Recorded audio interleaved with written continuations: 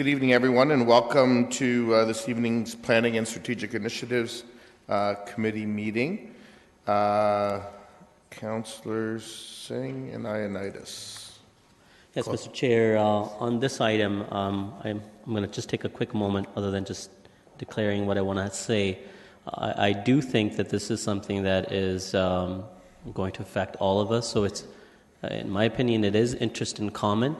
But again, I haven't had a clear answer from my lawyer yet. So just to side of caution, perhaps I may be able to change during council, but for now, I'm going to declare a pecuniary interest and conflict on this matter. Okay. Councillor Ioannidis? I can say with myself, I have properties that may be affected with some of these policies. Okay. Thank you. And so, for the benefit of the audience, with the chair and the vice chair aren't able to chair, so that's why I'm in the chair for the first part of the meeting. Welcome to everyone. We have one previously registered delegation, Nick McDonald of Meridian Planning, for this item, and then we have two additional ones, Jane Peller and Mark Kemmerer. You will note that you'll have on your desks also a letter from Mr. Kemmerer, who sent it to us earlier today, and I believe was forwarded to committee by email. So with that, I will turn it over to Janine to get things going.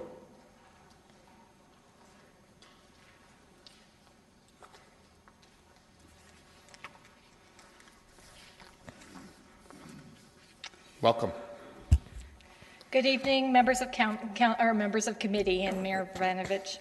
My name is Janine Osterveld, the Manager of Site Development in the Planning Division, and I'm pleased to present to you tonight the residential intensification study in established residential neighborhoods. The study tonight is going to go over the recommendations that we took the year long to prepare. The project started back in December when we hired Meridian Planning Consultants to undertake the study. And about a year ago, actually this week, a year ago, was the kickoff of our neighborhood consultation on it. So it's pleased to have a whole year of consultation under our belts that helped prepare for this study. The purpose of this study is to develop a clear and fair process for planning approvals in established residential neighborhoods, and the purpose of that is to make sure that projects really fit into the character of those neighborhoods. We focus on the planning tools, specifically the zoning bylaw, site plan control, and urban design is some of those examples. And our study focuses on the central neighborhoods and Vanier. Christine, could you help me with... Oh, there we go. So the study focuses on the central neighborhoods and the Vanier planning community as well. So Nick McDonald, who is our planning consultant with Meridian Planning Consultants, is going to walk us through both the process and the recommendations before you today. Oh, and one other just brief note is that I also received an email, some additional feedback that was received over the weekend, and I passed that out. It was from Dawn Parker. She is a resident and also a professor in the School of Planning. So that's on each of your desks. Thank you. Great. Thank you very much, Janine. Okay, so I've got a brief presentation this evening that will be focusing in on the process itself and what the recommendations are, and afterwards we're happy to take questions as a team, and if you have any regarding what we've done. So in terms of the process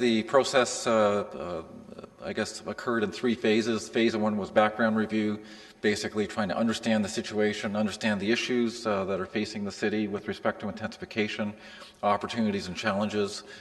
Second phase involved preparing an issues and options report, which I presented to this committee some time ago, and which was also presented to members of the public as well at an engagement session, the second engagement session.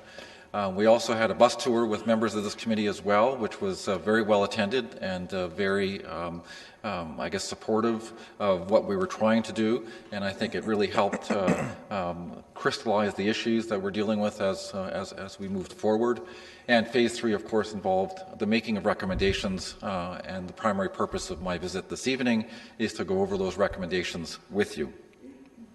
So in terms of the recommendations themselves, there are 4 types of recommendations being made. One involves making changes to some of the zoning rules that are in place in the city. Secondly is to make changes to some of the current planning processes that apply and that have an impact on folks making applications for intensification within the study area. We've also made recommendations on changes to the urban design manual, and lastly, recommended that the city, which was already planning on doing this anyway, continue working towards creating a citizen's guide on intensification. So, with respect to the zoning rules, which were a fairly significant focus of our work, because the zoning bylaw at the end of the day sets out the rules that apply on each individual lot in the study area, height, setbacks, and so on. We certainly focused on that significantly. So one of the first recommendations we're making deals with the front yard setback.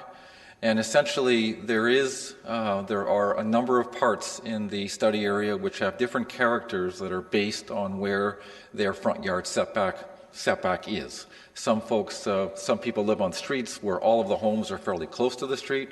Other folks live on streets where they're fairly far away from the street. And in other streets, there are homes that are variable in terms of being located at different distances from the front lot line. So instead of trying to come up with one rule that applies to everybody, which is the case right now, we've recommended that the rule be that the front yard of any new home on a street be in line with the homes on either side. So it's basically averaging that setback from the front lot line, and that allows for the character of that street to be maintained to the greatest extent possible by the placing of the new home in line with the others on the same side of the street. And this is because at the present time there is a general 4.5 meter minimum, but there is no maximum. So that's the only rule that applies. So that would certainly modify that rule. Secondly, we looked at height in particular.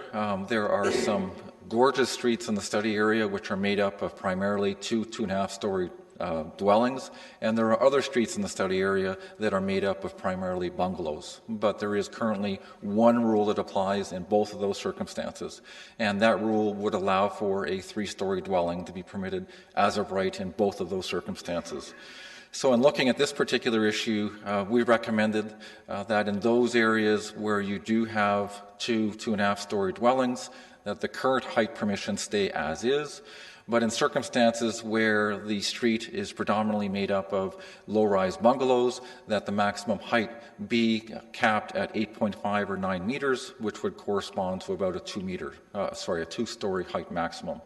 And the idea there is to try to maintain and protect the integrity of the character of those kinds of streets by allowing for development that is more in keeping with what already exists.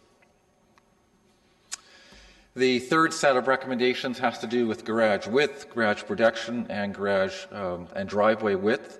At the present time, there are no rules within the study area dealing specifically with garage width and garage projection. There are rules that deal with driveway width currently.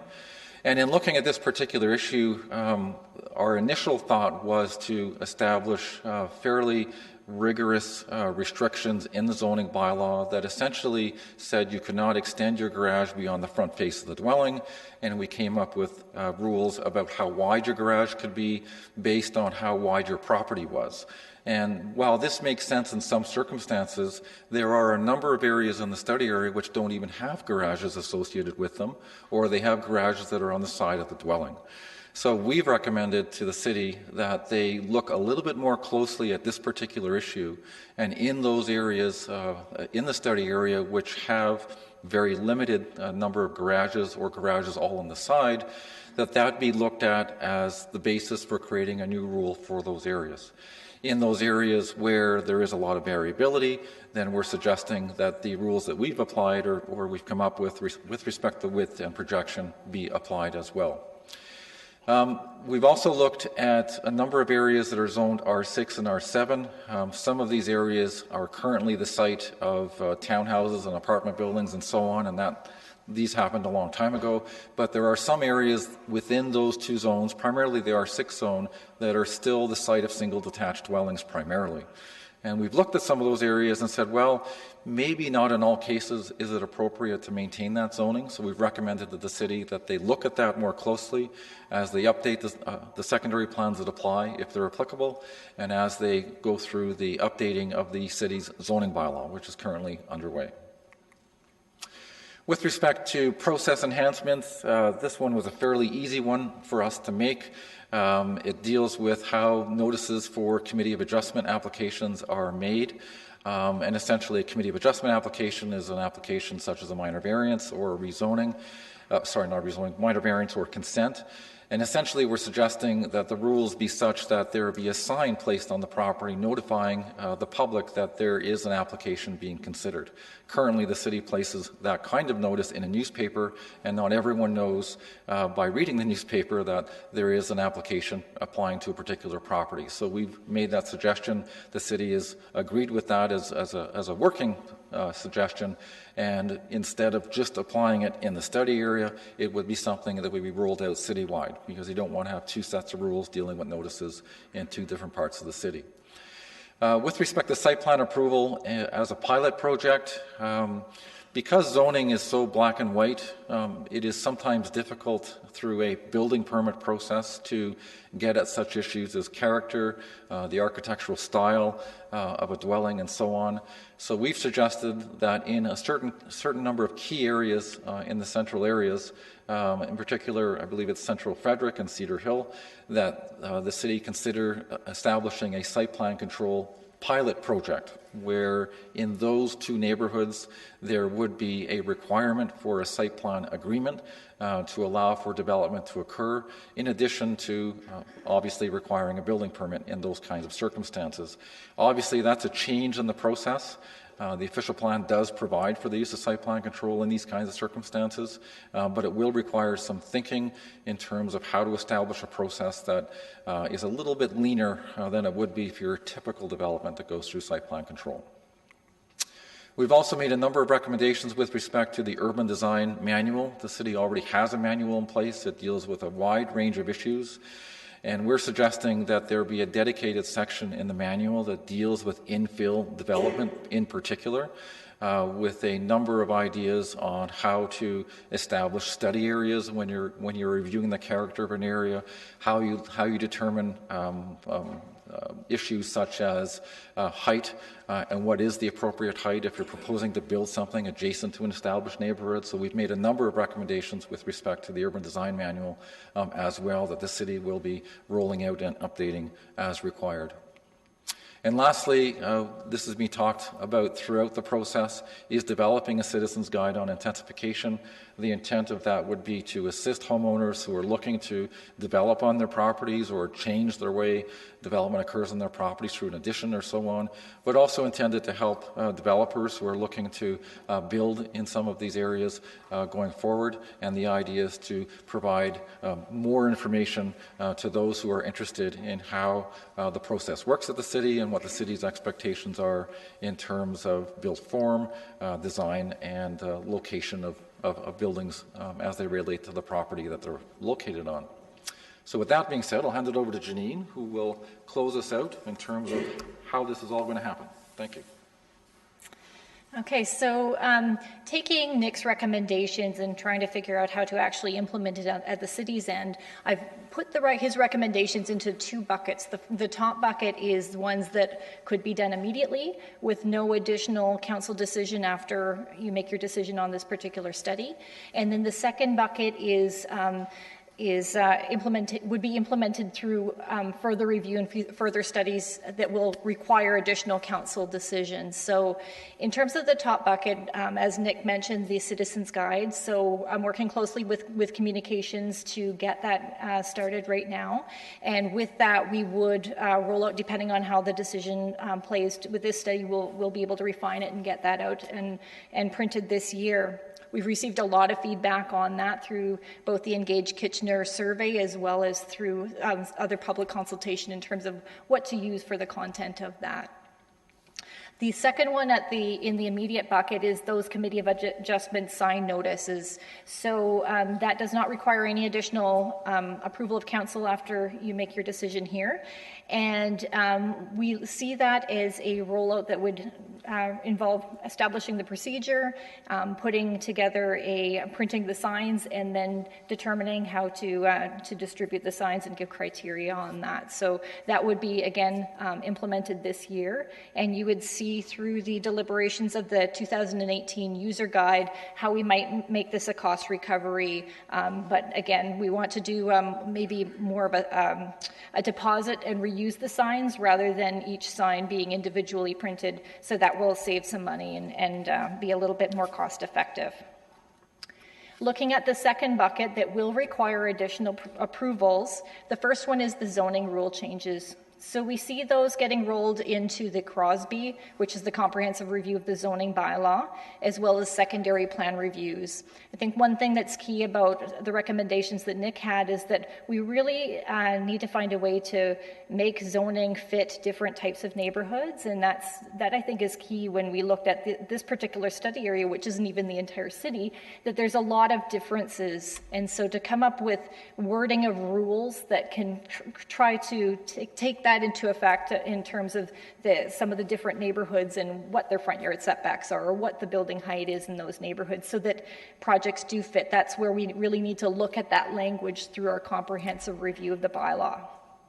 We're expecting the draft of that to happen this year, of the residential zones, and with a decision to be made in 2018.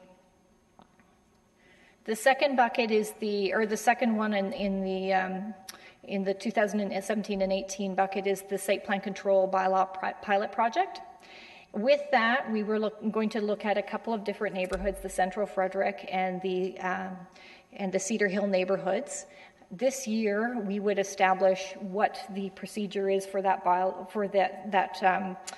project in terms of what are the resource implications, what would be the scoping of the site plan approval. Would it only apply to new builds, or would it also apply to additions, perhaps additions at the front of the house?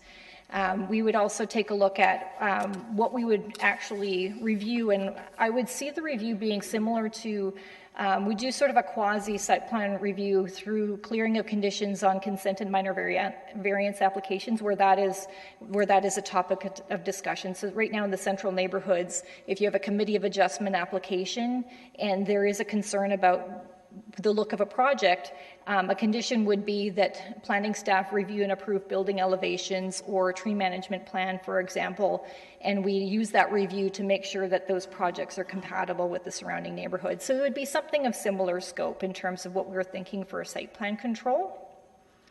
And again, that would be a 3-year pilot project to test it out and determine what those resource implications are if we rolled it out on a broader scale. The last item is the urban design manual, changes to that, focusing on infill development. And so Nick gave some recommendations both internal to established residential neighborhoods where there is a low density nature to the product or to the projects, as well as to those edges. So where, say for example, a mixed use corridor like King Street interfaces with the established residential neighborhood, and taking a closer look at those tools that we use to review and approve them through site plan. So we are undertaking that comprehensive review of the urban design manual starting this year, and we're looking at having that before council for decision in 2018. And again, on that project as well, there will be more opportunities for community consultation. So with that basically summarizes our presentation of the recommendations. And we can answer questions of council right now, or we can have a seat and answer them from our seats as well. You know what? Make yourselves comfortable. Take a seat, and we do have some questions, though, of you. Councillor Netsky, you're first up.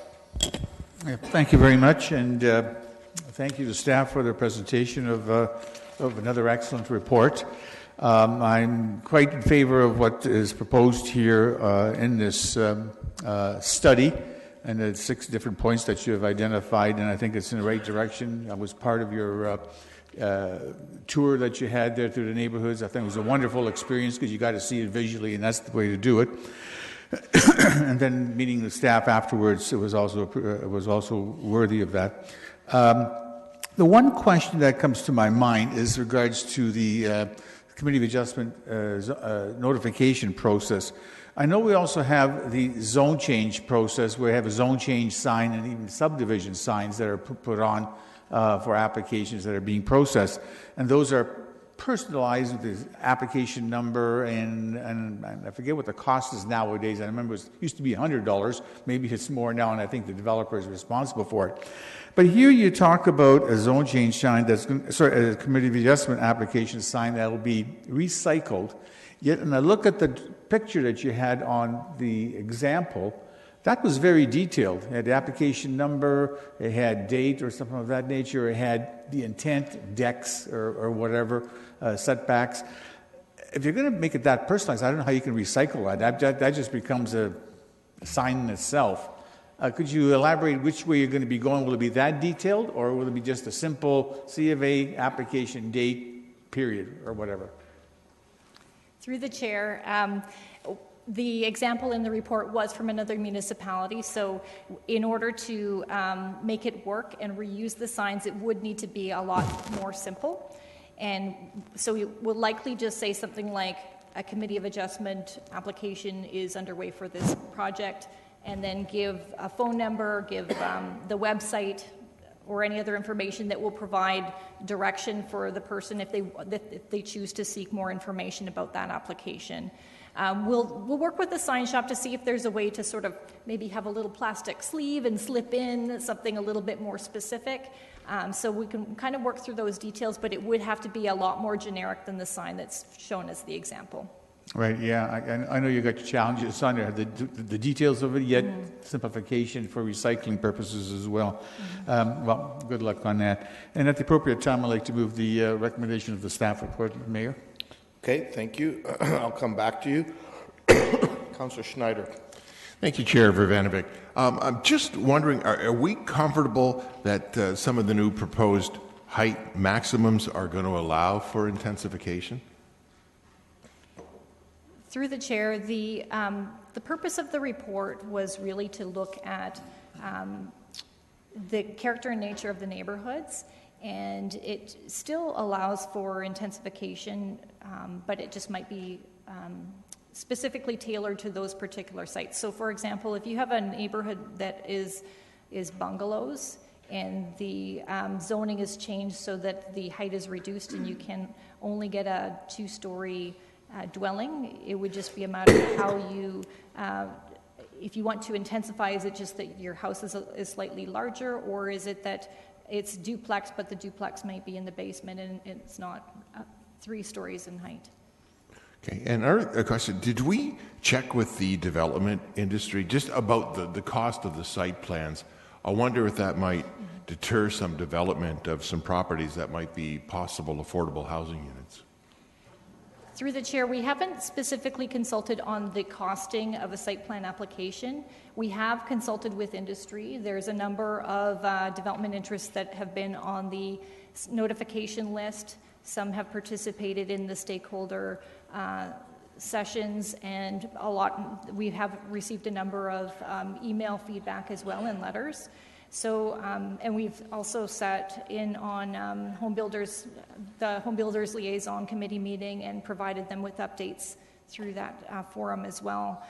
So in terms of the scope of the site plan approval process, I think it's going to be a matter of scoping that out through our review and then coming up with a fee that's in keeping with this level of site plan. So right now, I do that for larger projects as well. So if you're building a development from scratch and it's a commercial project or it's a multi-story building, there's a certain fee. But if you're doing only a smaller amendment, then there's a lesser fee. So we already have some grading within our structure, and it's just a matter of coming up with the right amount for this particular scope of site plan. Okay, thank you. Councillor Fernandez. Thanks. So I found the the bus trip extremely enlightening, especially because we went through and saw some situations that were actually important for us to see. Those townhouses that sort of ran down that one length of that property. So when I'm looking at, I got all these different things sitting in front of me right now from all of the input we've had. One of the things that I see is the idea of character, existing character as well as future character. When we're looking at how streets, say for example, Vanier or Simeon, I think we went down Simeon, right? Did we go down Simeon? There's very different characters, but do we want to keep the sameness, or are we allowing, in the urban design manual, will we allow for some distinctiveness to happen? Yeah, I'd love to, through you, answer that question. So, to a very large extent, what we have been trying to do is to not stifle creativity or stifle a person's desire to build something that looks a little bit different. I think what we heard loud and clear through our process is that there is a real openness in this city to variety.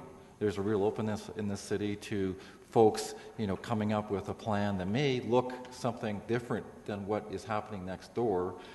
But what is more important is ensuring that whatever gets built generally is located the same distance from a street and has generally the same height as the buildings around it. And as long as you're within that box of maintaining that setback and maintaining that height, there's a lot of opportunity and ability there for someone to build something that's quite different. And you've already seen examples of that through the study area. The other reason we are recommending that the rules be different in certain areas is, quite frankly, for the reason you just mentioned, is that there are different characters that exist in the community.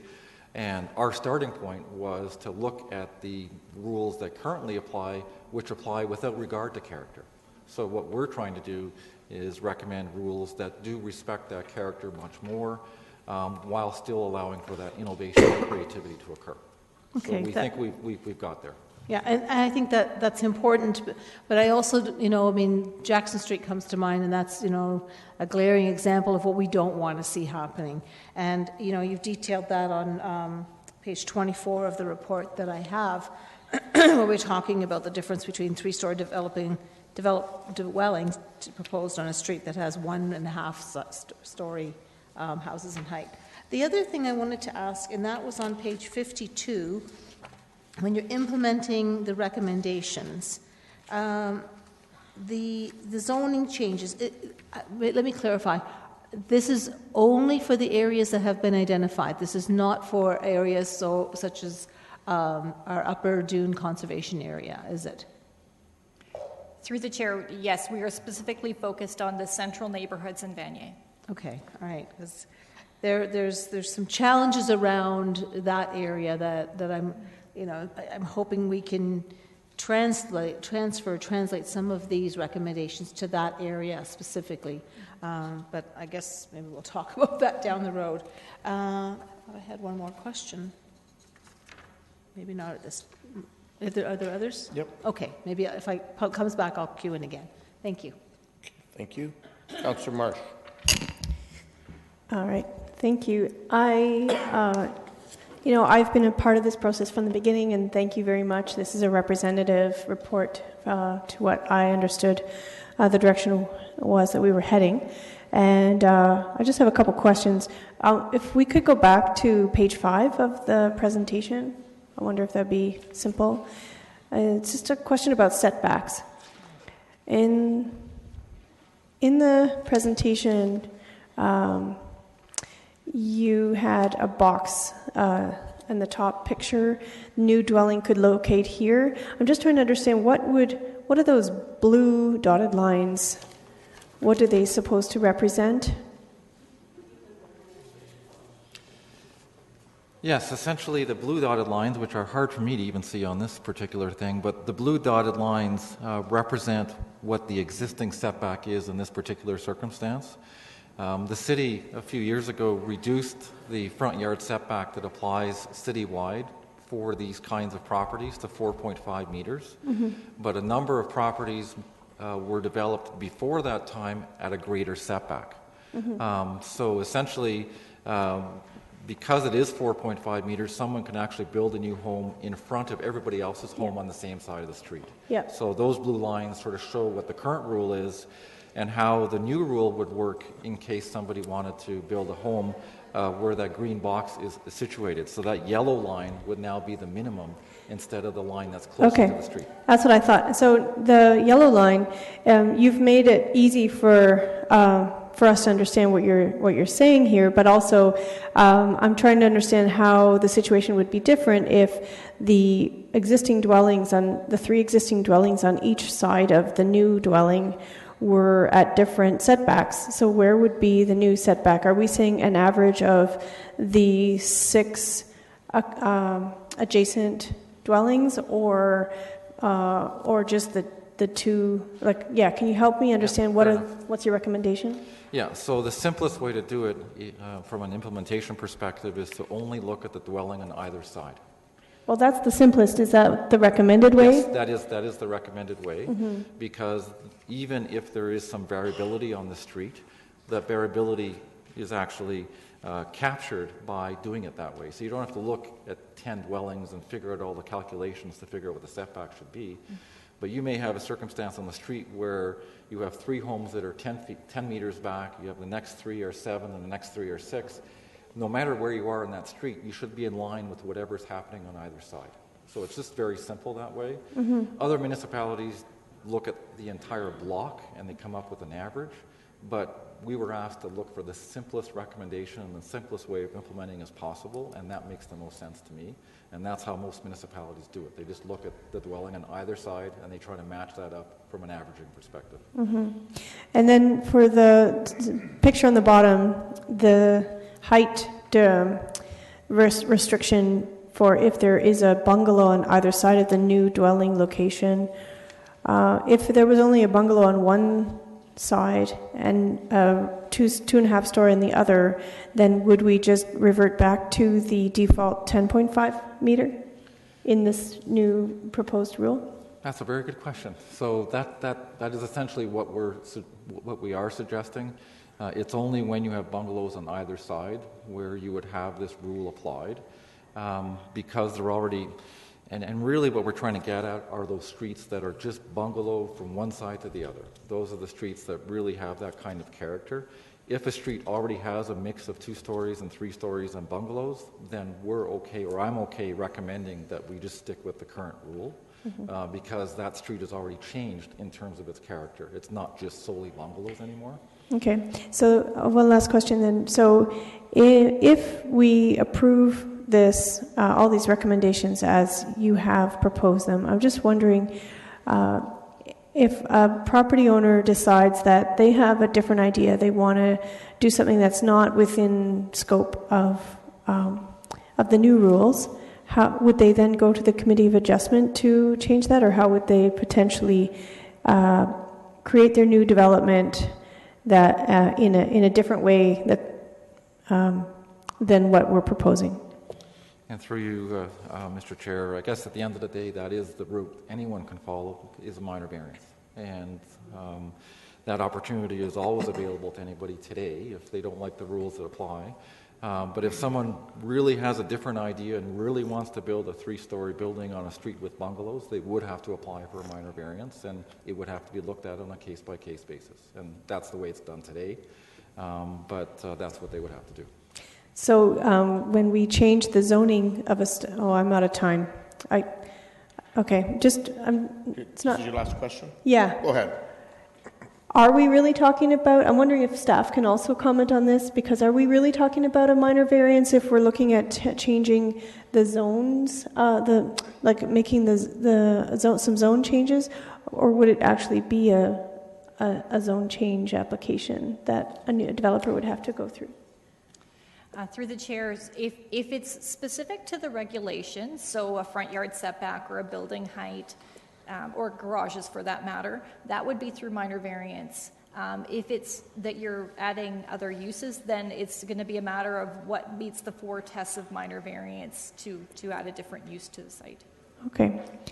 Okay, thank you. Councillor Gazzola? Yeah, can you flip over to the implementation again? I'm pleased with what I'm seeing here, and my concern is, especially in the Vanier neighborhood, I would like to see this be implemented as quickly as possible. Going this route, I mean, we're running into that area with a lot of infilling, and this is an important topic for them. I can see that we can carry on with the infilling, but just going through this, if we do the first 2 there, they will be approved, would hopefully be approved on March the 20th, and they would go into production right away. Is that right? In the top 2? That's correct. Yeah, you'd have to work on preparing the citizens guide, but Yes. yeah, but you would start on it right away. In the bottom now, when do we expect the Crosby report to come back? It would have to wait until that point, right? Yes, through the chair, we are working, staff in planning are working on the residential zones draft at present. So it's going to be sometime this year that you would see that draft. And once we see the draft, how long would it take to implement it? Can we expect by the end of 2017 to have the new rules in place? Yeah, so I'll answer this one. So through the chair, we actually will be tabling the draft residential zones in 2017, and that will be our last components of tabling. We've tabled all the other components previously, and the objective is to bring back all of the components together as one piece for Council's consideration in 2018, and we're targeting the second quarter of the year. When you say all of the components, are you talking about these components right here? These components as well. Yeah. So we've been tabling Crosby in components at the present time, and the residential is the last piece. We were actually waiting for this to get done so that we can complete those components, and we'll be tabling them in 2017, and then we're going to assemble all the components together into one comprehensive zoning bylaw, and we will be bringing those forward for adoption in the second quarter of 2018. That's our target time. Yeah. Is there going to be more public engagement on any of these? So through the chair again, absolutely. Not only is there going to be engagement to deal with all of the comments that we have been receiving and will continue to receive, but that last piece has a mandatory statutory component, which would include, at a minimum, one statutory public meeting before committee and council. Thank you. Just one final question. Why are you picking the 2 areas that you are for this site plan controls project? Through the chair, we selected the two areas through site plan control, for the site plan control pilot project, because they are identified in the cultural heritage landscape studies, and they are in this particular project study area as well. And they have received a number of development applications in the past 5 years. Additionally, we are starting the secondary plan review for those. And so the secondary plan review will create the design guidelines that will help for implementing. So through site plan, we'll have that framework. Okay, can those projects, do they have to wait until everything is passed, which is dealt with sometime in 2018? You can't start on those pilot projects before everything's been approved.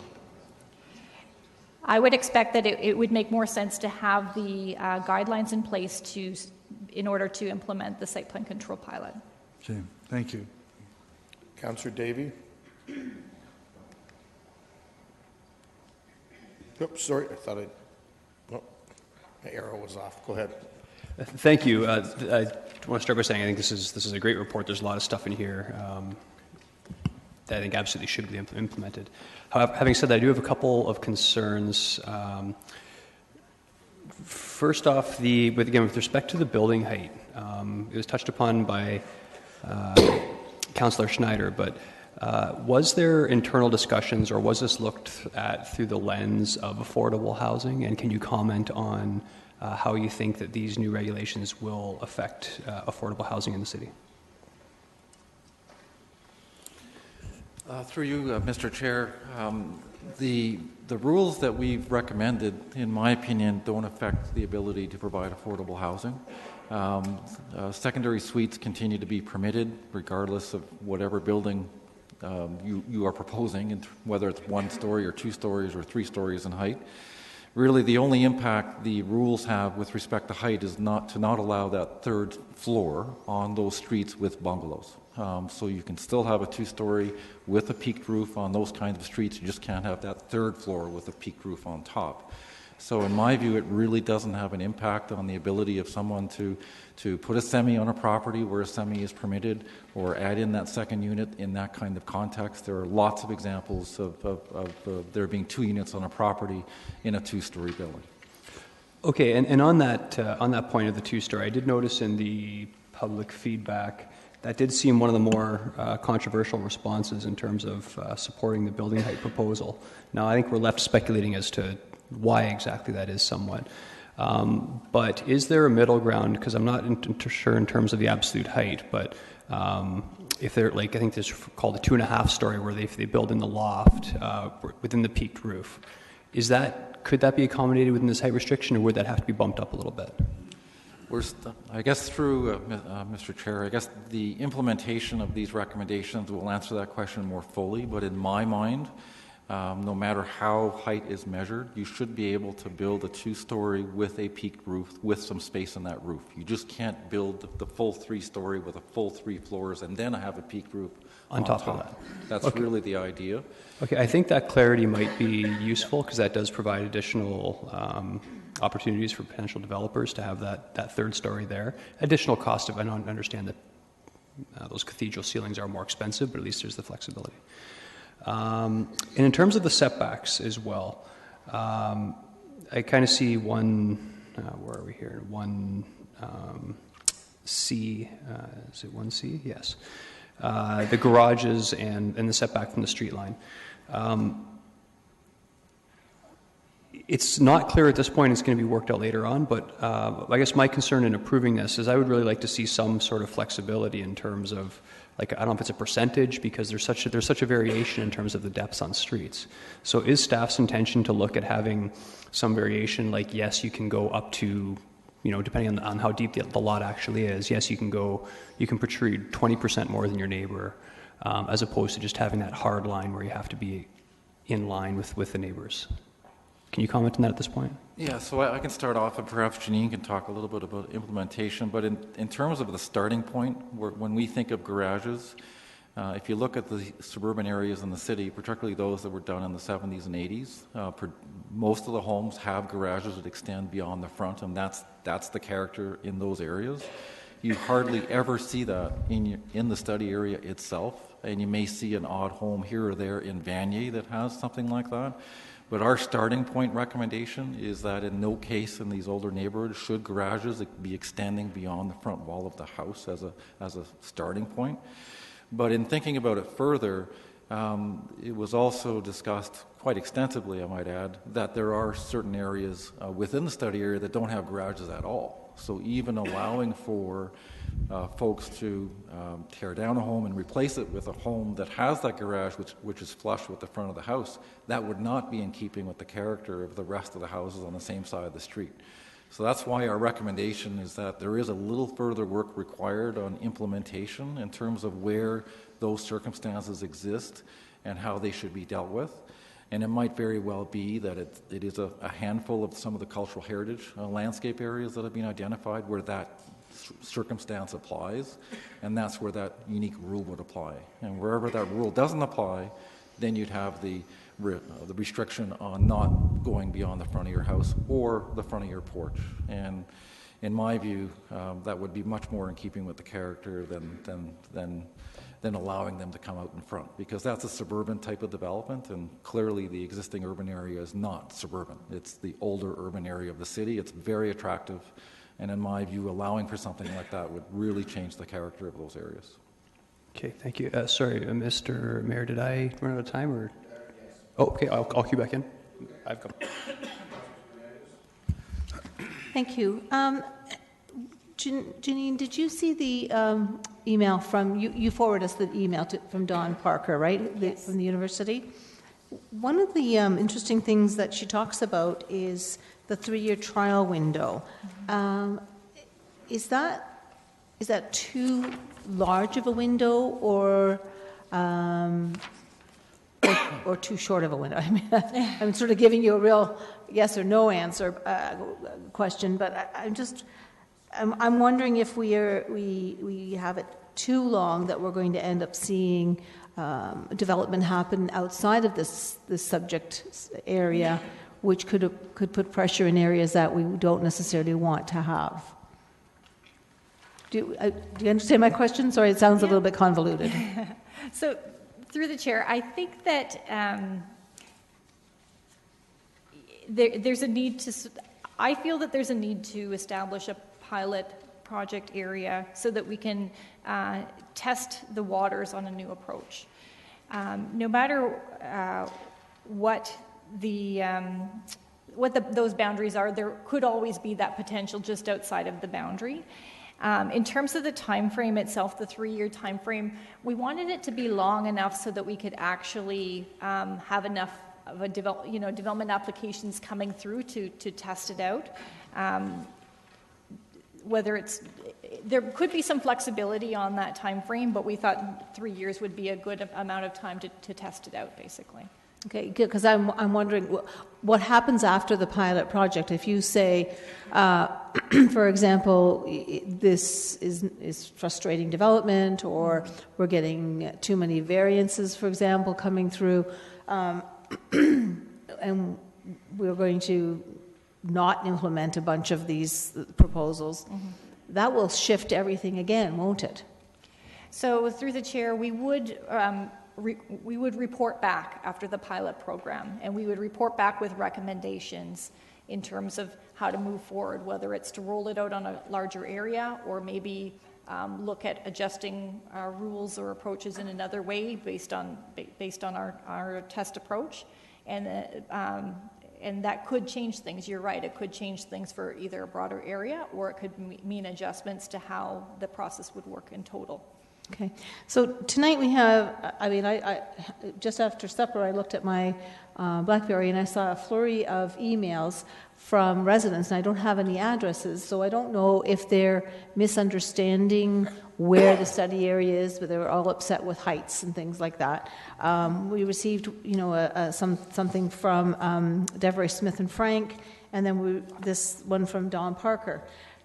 Can you tell me or help us understand, have you received more pushback from the development industry since we've started this whole study process, or more from some existing residents in the study area? We've gotten feedback from both residents and the development industry. We have received feedback from the development industry with the concern about site plan control and what that scope would be. Absolutely, there are some concerns that they would not want it to be the full extent of a site plan, like you were building an apartment building. And we appreciate and we reflected that feedback in the recommendations that it would be a scope process. We did get some feedback from residents to say they're supportive of it because they like to make sure that some of those character elements are maintained in their neighborhood. Okay.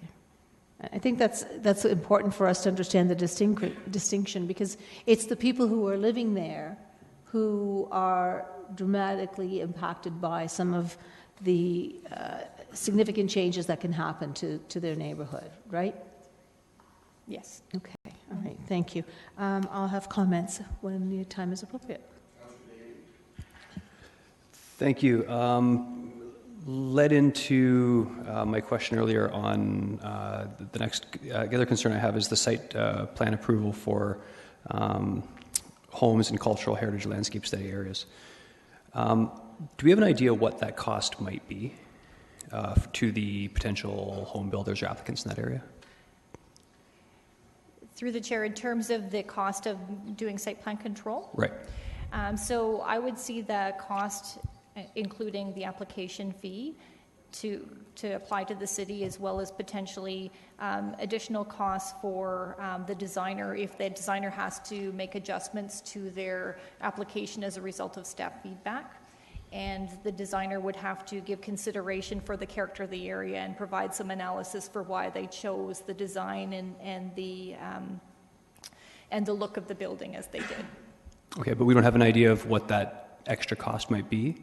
At this point, we don't have any specific ideas because it's going to be variable on the project. So we get a wide variety of types of designs that come in through Committee of Adjustment as an example right now. And some of them are very, very respectful of the neighborhood when they come in. And in that case, I would see no net increase in cost besides the small fee that would be the application fee. So we have 3 levels of site plan right now in the city. One's the lowest one is in about the $500 range for an application, and I can sort of see this one fitting in around that frame time or around that application fee range. But I'd like to take a little bit closer look at and that's what I would report back to later this year with the site plan control bylaw and some of those parameters for site plan control. Okay. Was there a thought process put towards just looking at a cultural heritage landscape area, and instead of having people go through this process on an individual basis, saying, like, general terms, this is what's permitted, so you don't have to go through the process, provided you're checking off these boxes? Was there a thought put to that instead? That way they could avoid the cost and we could avoid the staff resources.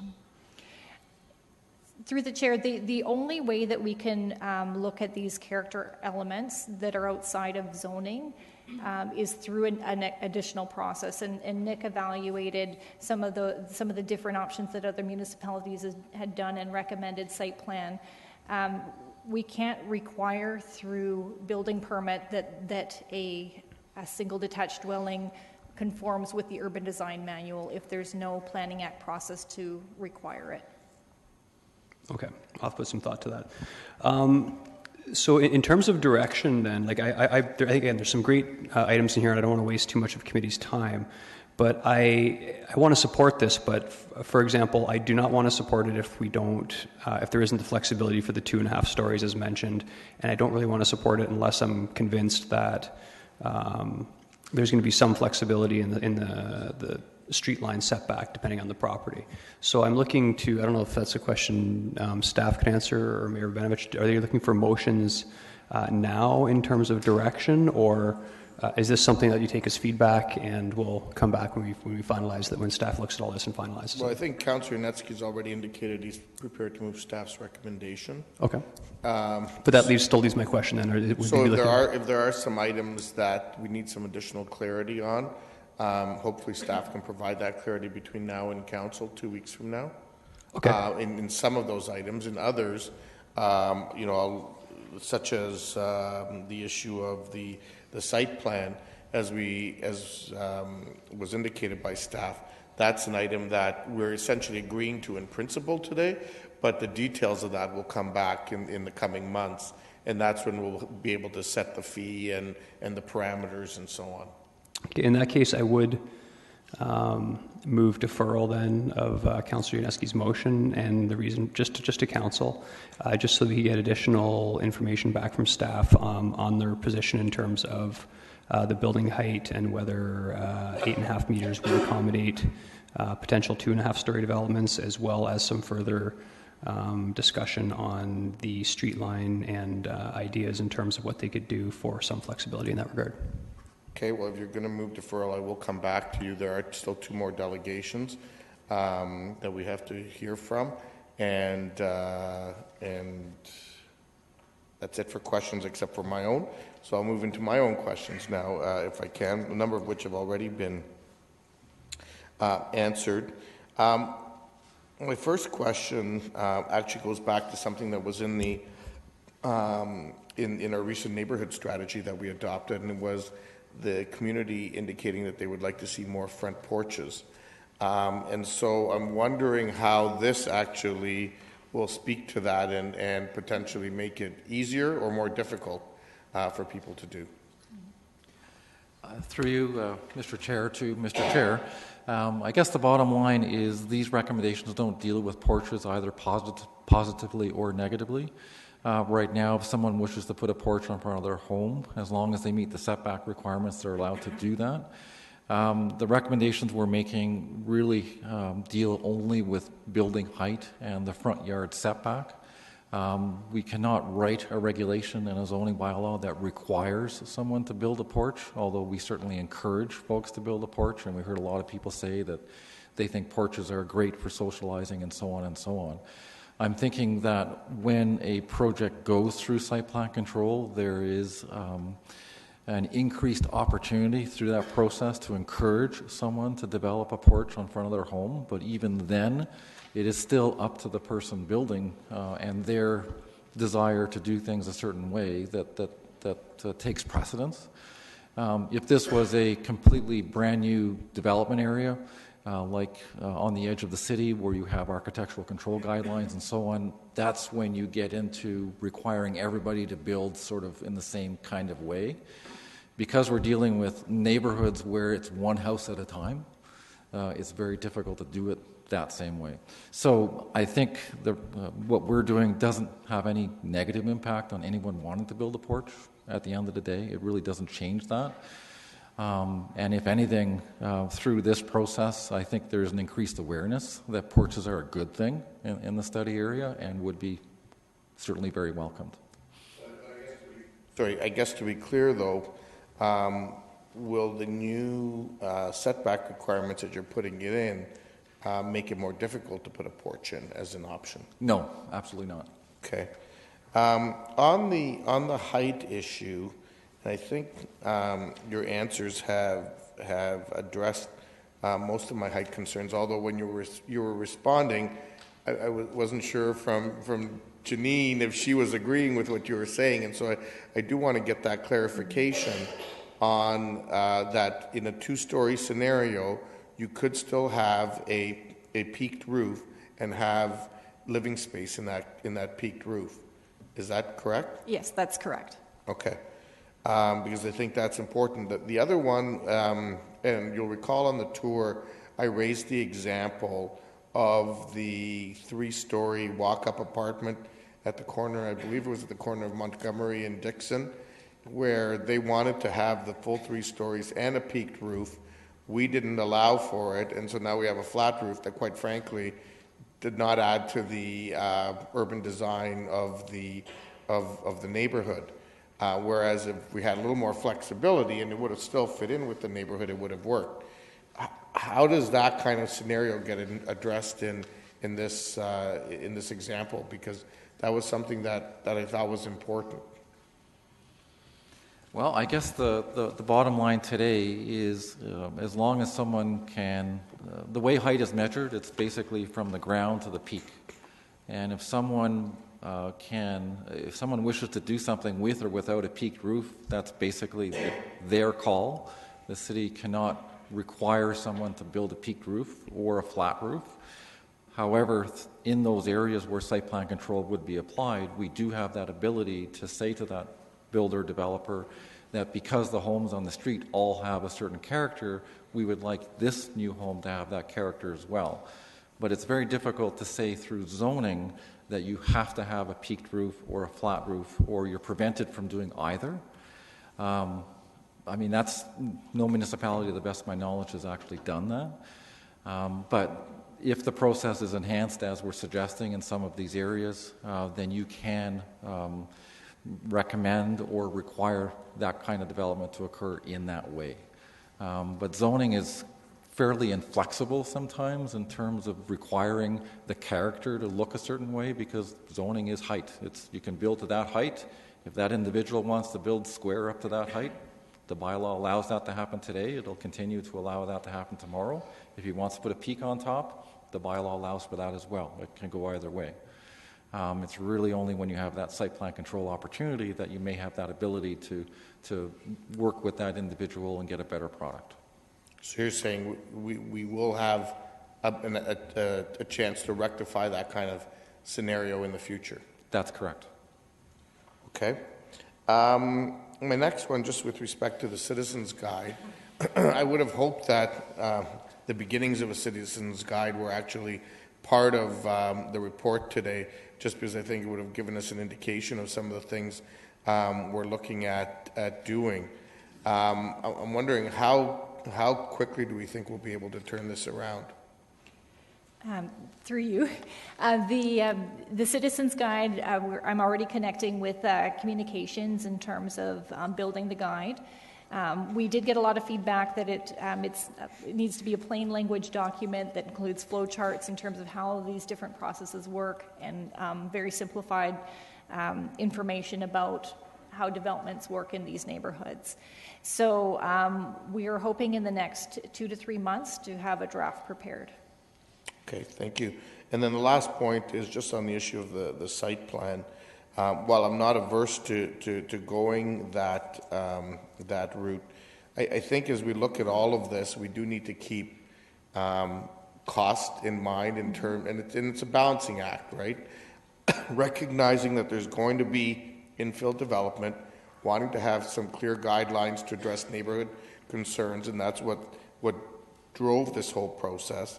But also recognizing that at the end of the day, it also needs to be affordable in terms of being able to build that kind of development if we want to see it. And so whether it's the costs associated with a mini site plan or anything else, it can't become so prohibitive that it's going to make it unviable for any developer to want to do this. And so then the only thing we might end up seeing in the future is large-scale development, multiples, as opposed to more semis and things like that from an infill point of view.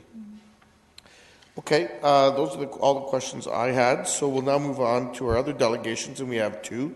First, Ms. Jane Peller, and then Mr. Mark Kemmerer. Ms. Peller.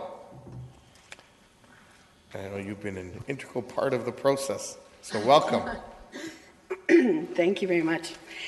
Good evening, everyone. My name is Jane Peller, and I live in the Schneider Creek neighborhood, which is a part of the Mount Cortland community, and it is also part of this study. I'm here today to lend my support to the RENS study process and report, both as an attendee of the public consultation nights and as a member of the stakeholder group.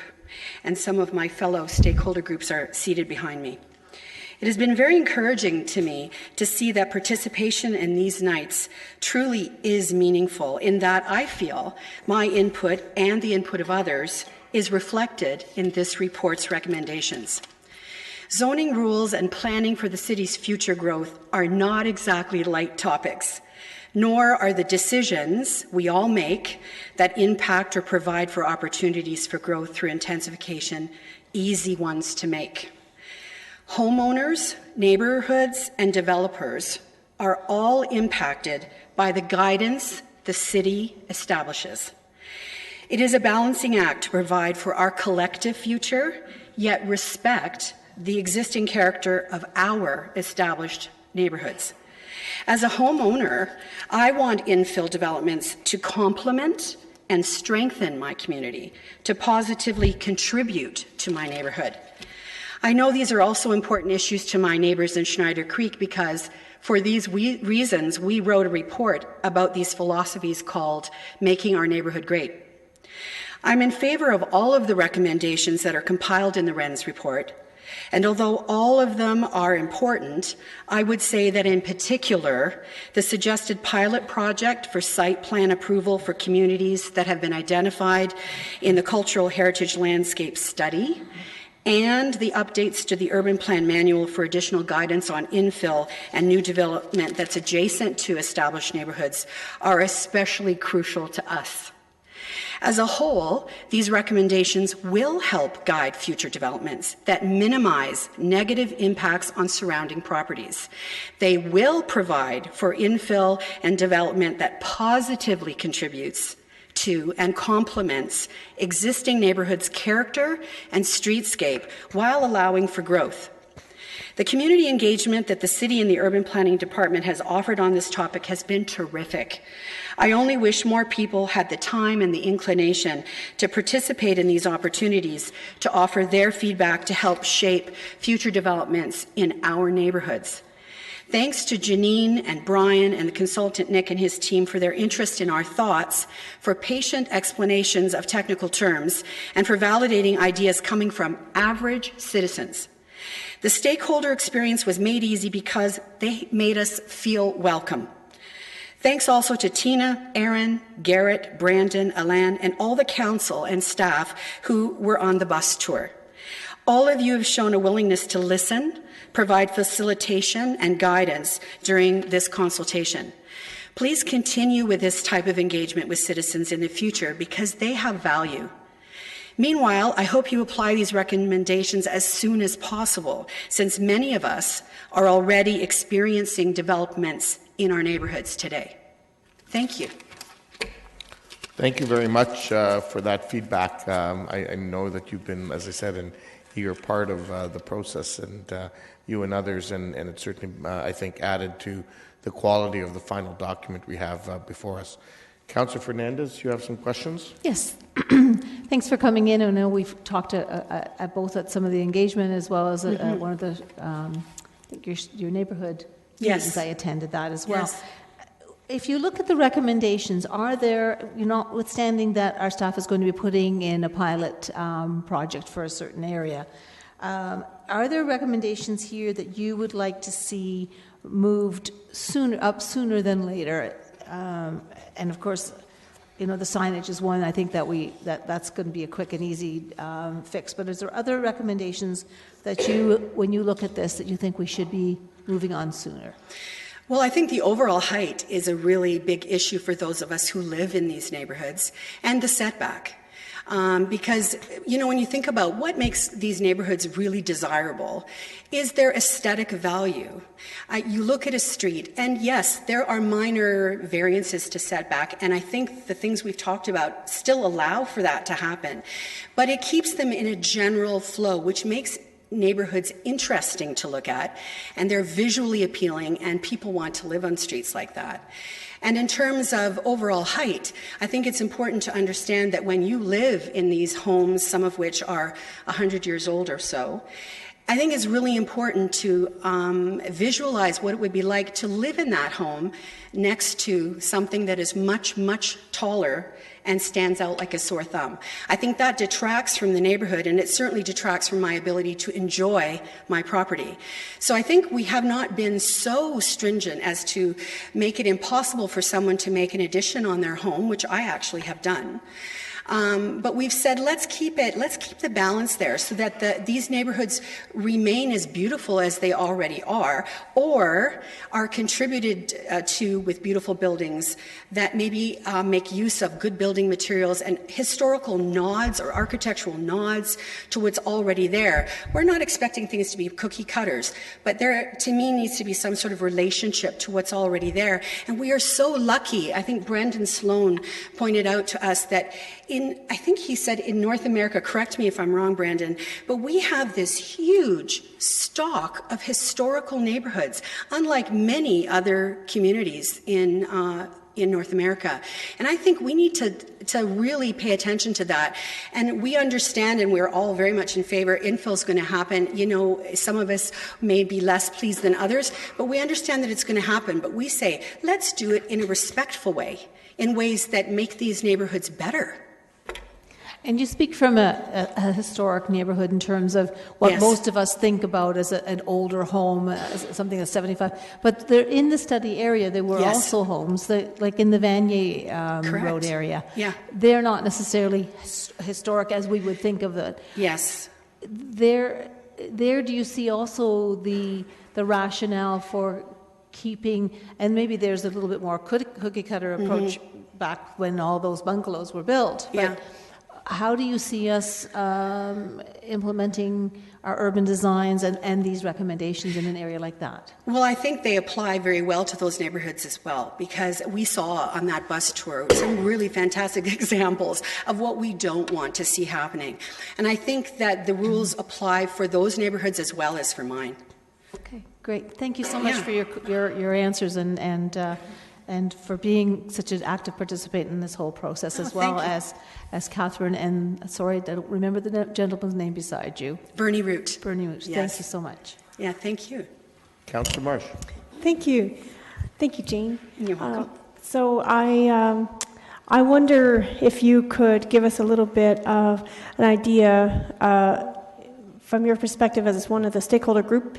When you talked about architectural or historical nods to the local neighborhood, I'm just wondering if you addressed the idea of, we do have quite a few modern architecture examples that are popping up in the neighborhood, and my understanding was that when I participated in some of the larger group discussions, that those would be very much welcome to add to the diversity of the older neighborhoods. Can you expand on? Yes, that is definitely the truth. I think Nick really put it quite well when he said that we are open to other forms of style. It's giving some sort of relationship to the surrounding buildings that's key. So maybe it's the use of the materials that they use. The roof line does not have to be the same. But if they are placed in an approximate line with the rest of the neighborhood, at an approximate height of the rest of the homes on the neighborhood, I think you can accept all sorts of different styles of buildings. So yeah, I mean, I use that example because this is something we've talked a lot about in my neighborhood. Yeah. But no, the bulk of people are certainly, in my experience with them, open to the idea of different styles of architecture, yes. Okay, thanks. And then the other question regarding your understanding of the stakeholder group's perspective, I just wanted to understand, I'm struggling a little bit with the idea that the setback should really just be the average of the two direct houses adjacent. I would have liked to see us recommend something that would be maybe 5 houses on either side, an average of that, or something to that nature. Did you have any comments or hear any discussion on? Oh, yes, we certainly did talk about that. And I think that, to me, there certainly would be no issue with looking at more than 2 houses. But I think it was pointed out we were looking for the simplest possible method to use, and it seemed that the homes on either side made sense. I mean, we talked about across the street from you. We talked about issues of homes that are on corners, for instance, when they don't have anyone on the other side of them. I think that's something that can be developed. If I'm not speaking over myself, but I would say that has definitely come up, yes. Okay, I just wanted to thank you very much. You're welcome. Jane, if I can just ask one question myself, and that's just on this whole notion of building anything new in a way that respects the existing neighborhood. But if I hear you correctly, you're sort of saying, but be open to change and modernization. And so I just want to be clear on what that means, because I think that's going to be important as we go forward into the urban design guidelines and so on.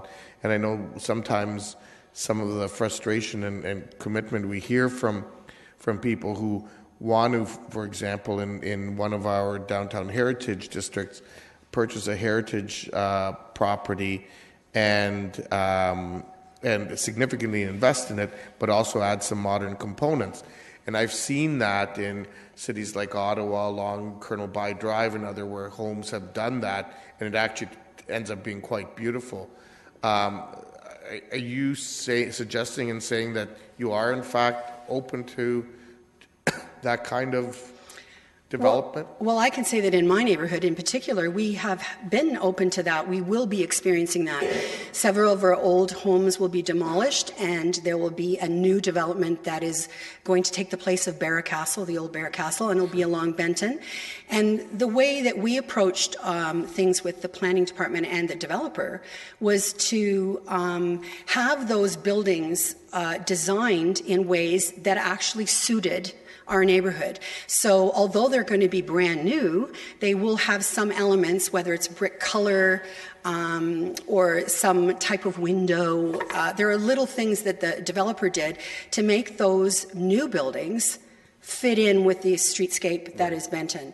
So I think that's how we've embraced it. I can't speak for all people, but I would assume that most people are going to be open to things when they can visually see what the potential is.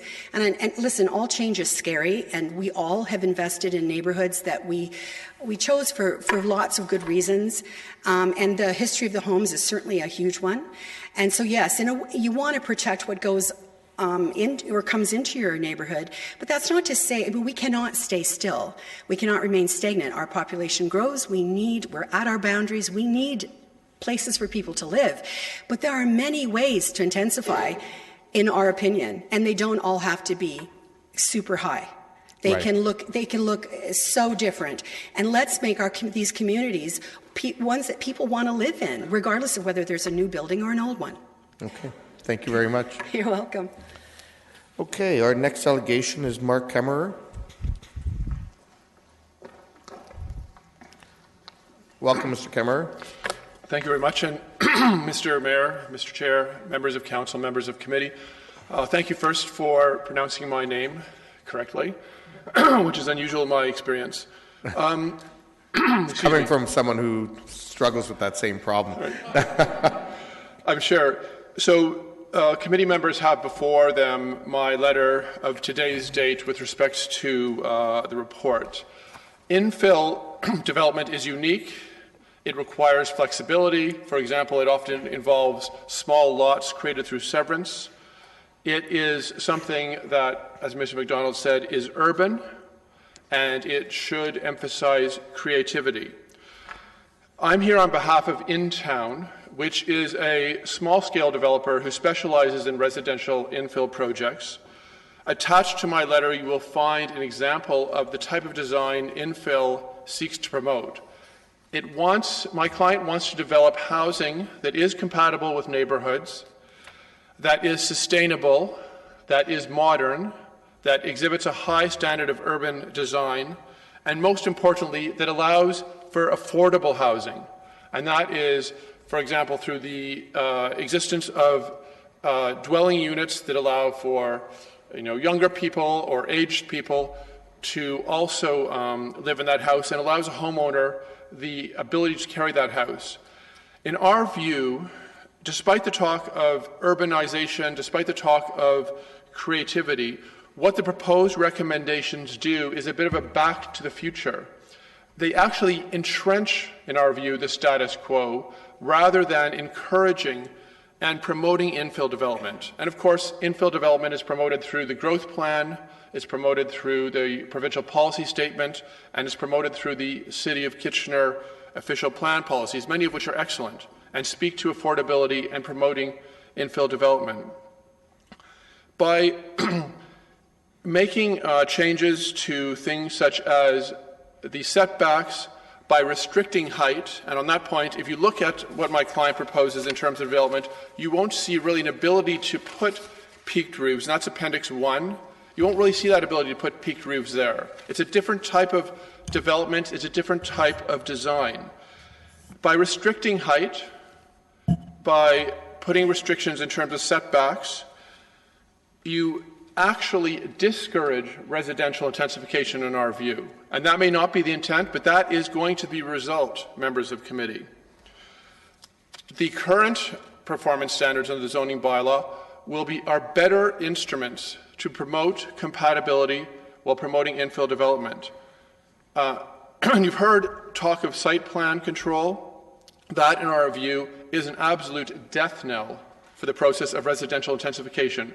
Why? The city has, as I've set out in my report, already extremely high engineering fees. So, for example, in the 4 houses at issue here, there is going to be an engineering fee of $40,000 for each house. There's going to be a development charges fee of $4,000 per house. Now, to put on, later on top of that, site plan control, which is extremely expensive in terms of consultants' fees, the fees to the city, the delay in terms of being able to develop, that, in our view, is a death knell again to residential intensification. It discourages investment that is required and promoted under your official plan policies. For these reasons, we would request that additional consultation be taken with the development industry. And on this point, I can tell you that despite repeated requests to be involved in this type of process, my client was not engaged in this process because they weren't notified about this. And the city has undertaken other measures which have discouraged residential development, such as in 2013 by adopting a bylaw to eliminate duplexes within semi-detached houses. These types of measures and the restrictions the recommendations today propose will again discourage residential intensification in neighborhoods which are close to transit, the LRT being an obvious example, which are close to amenities that younger people, that aged people, that all types of people want to live in. They want to move into these downtown neighborhoods. They want them to be affordable. But this is not going to be the result, in our view, if these recommendations are adopted in terms of the restrictions. And as an example of that, and my time is almost running out, if you look at 1B of the recommendations, which is to restrict height between bungalows, I'm not sure how you draft that type of zoning standard, but also it's an example of how neighborhoods cannot change, because you're taking the existing neighborhood and you're saying essentially development has to be the same because there are restrictions on height. So in our respectful submission, the city should not adopt those recommendations. And I think an example of that is if you're still working on urban design guidelines around this, if you're still working on a citizen's guide to interpreting this, it shows you that these recommendations are still premature, that the city still has to, if it really wants to encourage infill development, take a serious look at how to promote it and a serious look in terms of how these restrictions will in fact discourage it. Thank you. Okay, we have some questions for you. Councillor Marsh.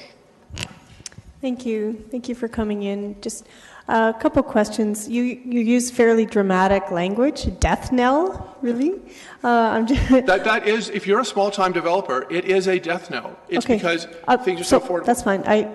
I'm just wanted to ask you, what are you referring to when you talk about a $40,000 engineering fee? Can you expand on that? I will, certainly. So the engineering fee, for example, is approximately $10,000 in just fees alone. The rest is a $30,000 letter of credit. And yes, that comes back, but what it does, it ties up financing. It doesn't come back for at least a couple of years until after completion. Those are very high fees. I do municipal law and planning law throughout the province. Those are incredibly high fees to require of especially small-scale developers. Okay.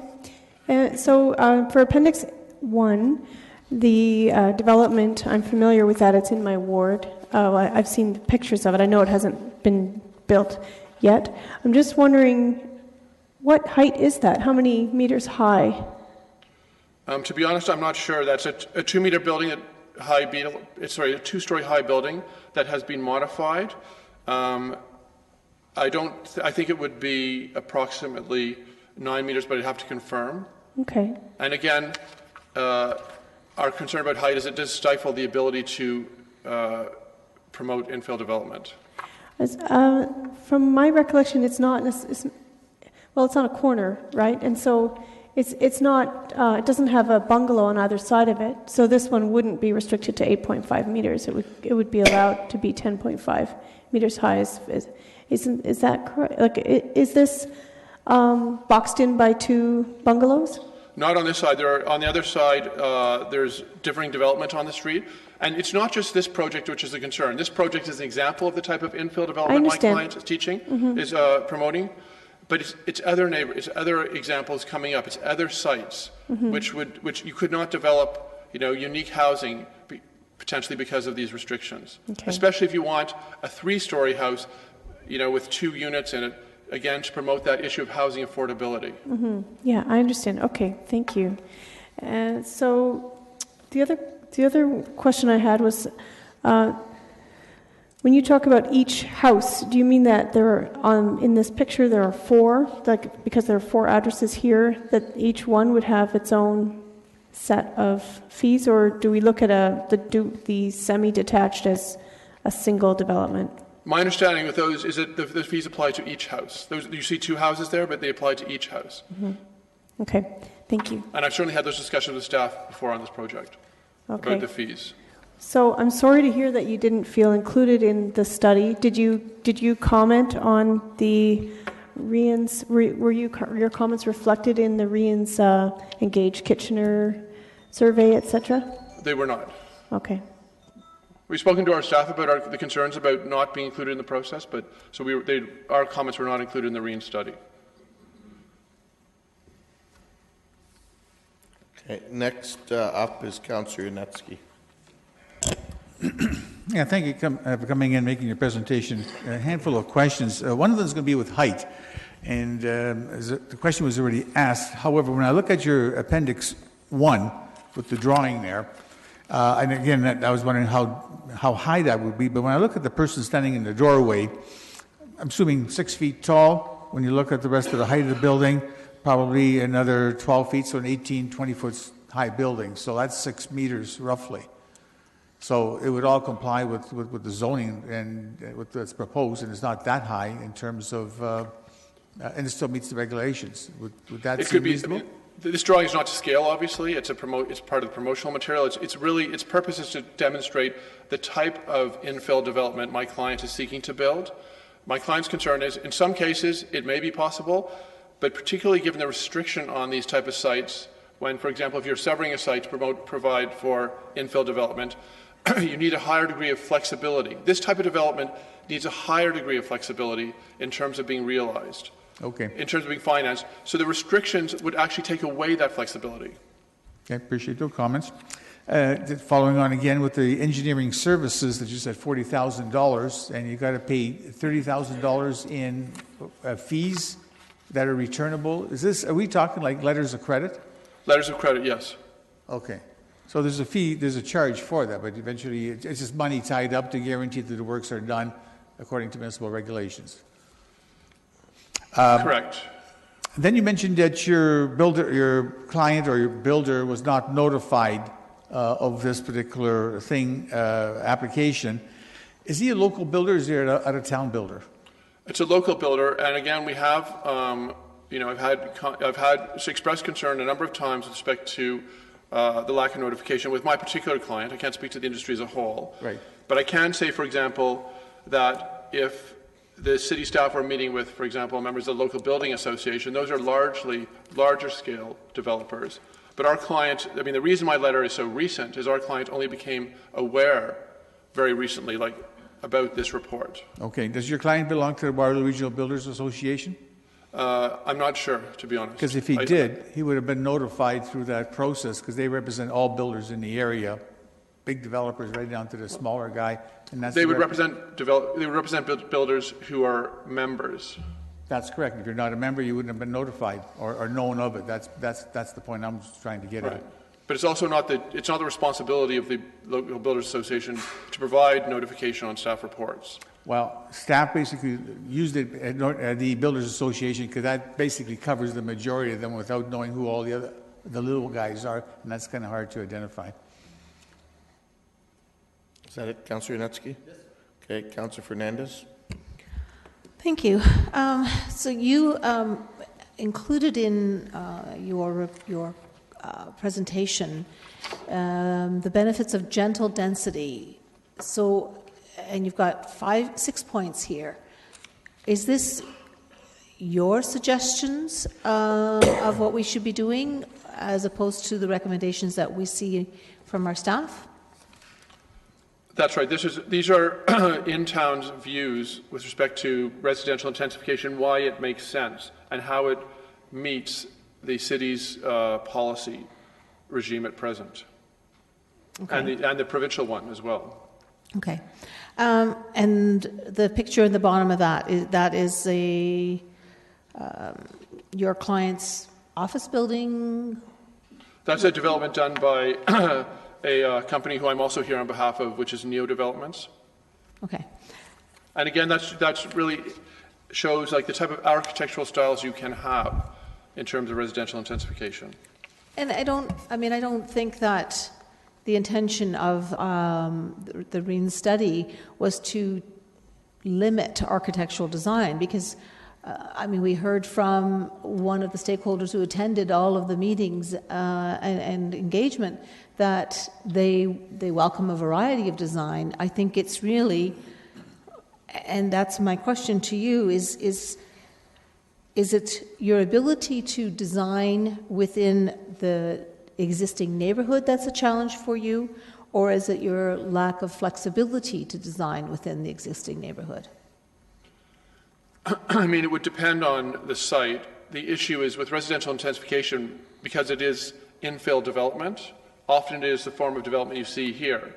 So, for example, if you look at that report, if you look at figure 5 on page 25, which shows a large suburban house with a large garage standing in front of it, that's not the type of development that's envisioned through the city's policies or, for example, my client's development. But what is important to understand is that it's a different type of development. It deals with more restricted floor plates because, for example, as I said, it may be a severance of a lot. So the flexibility of design is important to be able to realize this type of development in neighbors.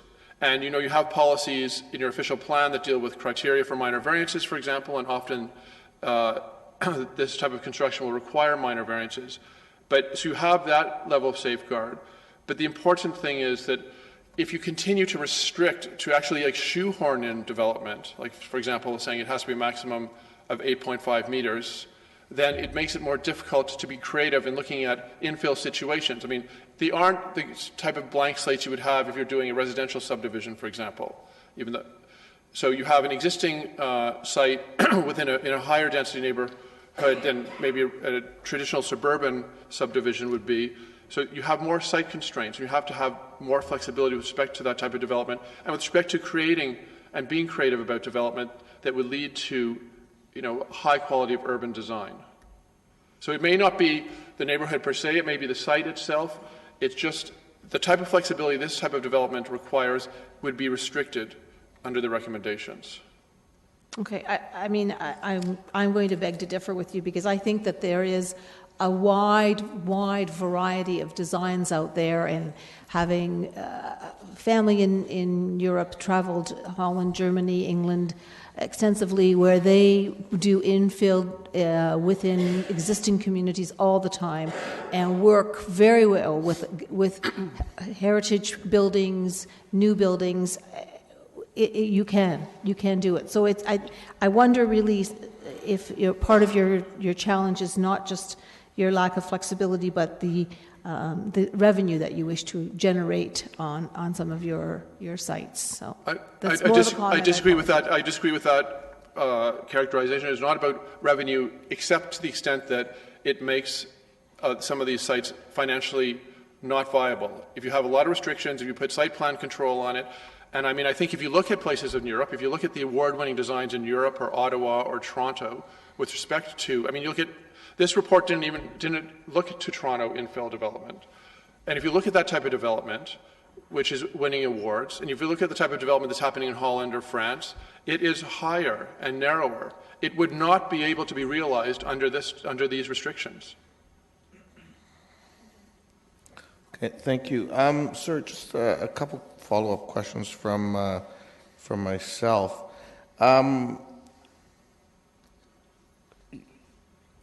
In hearing your comments, it seemed you're basically saying we weren't included. We don't agree with, if I hear you correctly, we don't agree with any of the recommendations that are coming forward, so abandon them, as opposed to what our normal experience is when we hear from delegations is we don't agree with X, Y, and Z, and here are some alternatives. I'm not hearing the alternatives piece today. from you. In response, my letter is quite clear that we're not disagreeing with all of the recommendations here. We're disagreeing with recommendations that specifically limit height, that specifically address issues of setbacks. And our recommendation would be that the city's current zoning standards on those issues remain in place. And that I think further consultation, particularly with the smaller scale developers, would be beneficial to this process. So we're not saying no to everything in this report. That's absolutely not why I'm here, and I've been clear about that in the letter. We're saying that where you have proposed zoning performance standards that are going to be very restrictive, for example, height, those recommendations should not be adopted. We weren't talking about the whole of the report. Okay, but you do understand that there are many instances throughout the city where, in fact, you would still be able to proceed with the 10.5 meters. And in fact, if I look at both of these examples here, and staff could correct me, but they both seem to be 2 stories with a flat roof and 2 stories with a peaked roof. Both of these would be allowed under either scenario. Is that? They would not be allowed under all scenarios. I'm going to ask maybe staff to just clarify that. Through the chair, I did receive an email from Ben Eby, who with In Town, at the end of January 20th, and he indicated that he would like to see actually that our building heights be increased beyond the 10.5, and I think that's his example of the Waterloo project under the NEOM name. So that's in your what we heard. So all of In Town's feedback through the study are in the what we heard package at the back under correspondence. Mm-hmm. We received feedback from them in May, December, and also in January. They were on our consultation list, and Ben Eby specifically responded to one of my mass emails before the June meeting to indicate that he wasn't able to attend that specific meeting, and he responded in December after one of my circulations with respect to Engage Kitchener. So that's where he provided some of that feedback in terms of the building height. So I think that from his perspective, he would prefer to see a little bit more flexibility than the 10.5. But the image, I don't think the image of Bismarck with the flat roofs, I think that falls within our 10.5 meter requirements, and it's not a situation that would fall under that lower requirement as a result of the 2 bungalows. On So it would be okay? Yeah. Yeah, okay. Thank you. And so if I understand, because that was where I was going to go with another question, is it does sound like, in fact, the delegation, sir, you said you haven't had an opportunity for substantive input, but I guess there has been input on a few occasions, correct? My understanding is there may have been some input with respect to some issues, but the report came fairly recently, the final report came fairly recently to my client's attention. Okay. And the last question, actually, those are all the questions I have for now, so thank you. Thank you. Okay. Committee, I guess the first thing we should do, Councillor Davey, is you indicated you want to do a motion to defer. I just want to be very clear on what you're asking, sort of what you're asking for in terms of additional information so that we can check with staff if it's attainable within 2 weeks. Certainly. So I did want some additional clarity on the ability to go 2.5 meters. I have heard, 2.5 stories. I have heard from staff that they could accommodate that. I still need some clarification, though, in terms of the height, because there is it seems to me like it's a relatively hard line in terms of the 8.5 meter height restriction. I'm not sure if that's exactly right, and I hate to be tied to that. As well as the setbacks from the road. Although I do respect the simplification of the calculation, I do think that there should be some, at the very least, we should look a little bit further in terms of some variability, because as we're aware, there are some, right now the setback is 4.5 meters from the road, and that may be ridiculous in some cases where existing homes have 14-meter setbacks, but not so in others where it's much closer. So I would like to see, and I'm not sure what that actual amount is, but I do think there should be some flexibility to protrude to some extent out the front without adversely impacting neighbors. Again, and lastly, I would like a little bit more information, or I'd like to, frankly, like to think on the whole site plan approval for cultural heritage landscape portions. I'd rather not break all this out now and vote on it individually, because I'm not 100% certain this is, actually I have concerns that this could stem some infill development in the city. And that's the bulk of it. I still have some concerns in terms of, I understand that the pilot can be accommodated within existing staff resources, but especially with respect to the cultural heritage landscape study, if that were to go citywide, would we be faced with hiring additional staff, and what are the implications of that? So those are the entirety of the concerns that I have. Okay, so I'll ask staff, is that information that you could provide between now and council? Janine? Through the chair, definitely we could provide you with more information with regard to flexibility on front yard setback and building height, and I'd have to understand what's requested in terms of additional information with regard to site plan control. Councillor Davey? Apologies, yes. I actually don't have a specific request to that. It's simply that I do have concerns with it in terms, there's no question I'm looking to have answered. I just mentioned it in terms of a concern. Okay, and I think that, there's two things. There's one, if there's reasons to defer certain aspects for additional information, that's one issue. If there's some things that you simply agree or disagree with, that's fine. We'll deal with that as part of any recommendations and motions that are coming forward. And thirdly, keeping in mind that there are parts of this that are simply agreements in principle, and additional work and council input and community input will occur between now and when they come forward. And I think for all of council, it's important to remember that the reason we're looking at this is because we have heard from the community the desire to develop these kinds of guidelines outside of the emotion of a particular application. So with that, I'll let people make their comments before I take the deferral motion. Councillor Yunetsky. Yeah, thank you. And I want to talk to the deferral request. I'm not going to support it because I think what the Councillor Davey is asking is for you to make a decision on item number 1 within 2 weeks. And what you need to go through is the proper process, which you've been going through right now. And the recommendation number 1 talks about further consideration of regulations pertaining and going through the process and doing your exercise of details and doing it with due diligence. And you can't wrap that up in 2 weeks. And so the recommendation that he wants can be done when you go through this process over the next many, many months to address it. And so, the other issue on site plan, well, you basically addressed that. So I'm not prepared to support this. This is clear what staff want, and his questions can be addressed when you do your proper analysis and come back to our council with the details that you feel is relevant. Okay, Councillor Marsh. Of course, staff have just said that they can come back to us within 2 weeks with additional information, and so that's why I'm happy to support the deferral. It's not delaying the process any, because we would still need to ratify the decision in 2 weeks anyway.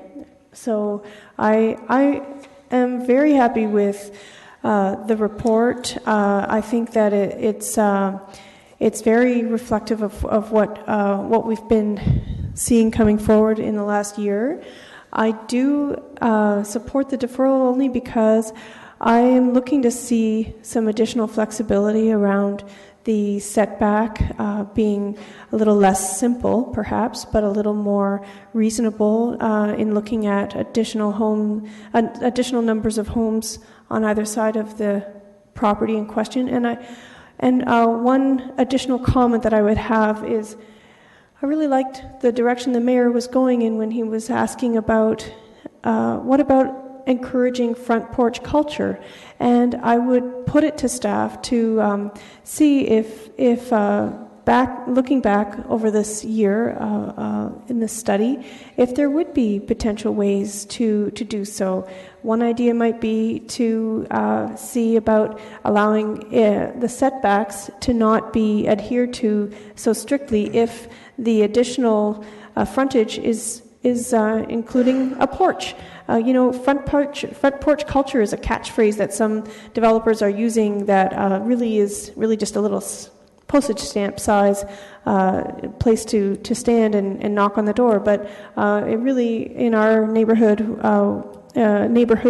in the established neighborhoods throughout the city, we are really, one of the things that people are attracted to is, of course, the fact that people sit out on their front porches after supper and have a chance to socialize with their neighbors and people walking by. Councillor Gazzola. Yeah, I'm not going to support a deferral. I don't know where Councillor Davey is coming from on this. Having a deferral now, the only thing, we're still going to have to discuss it in 2 weeks. The only thing that a deferral now does means that we don't have a vote around the horseshoe, and so people have no idea how councillors are thinking about this. So I'm prepared to have a vote, no deferral, a vote on it tonight. We have 2 full weeks, lots of time to restudy this, and staff have even said they'll bring back some answers to your questions. Let's move on with it. As far as I'm concerned, I'm prepared to support the report of staff. It does affect a good area of the ward that I represent, and I want to see things. My take is I want to see things moving on it. Let's keep rolling our wheels. Let's have a vote on it. We'll have another vote in 2 weeks. You muster up your troops. In 2 weeks, everybody will be here.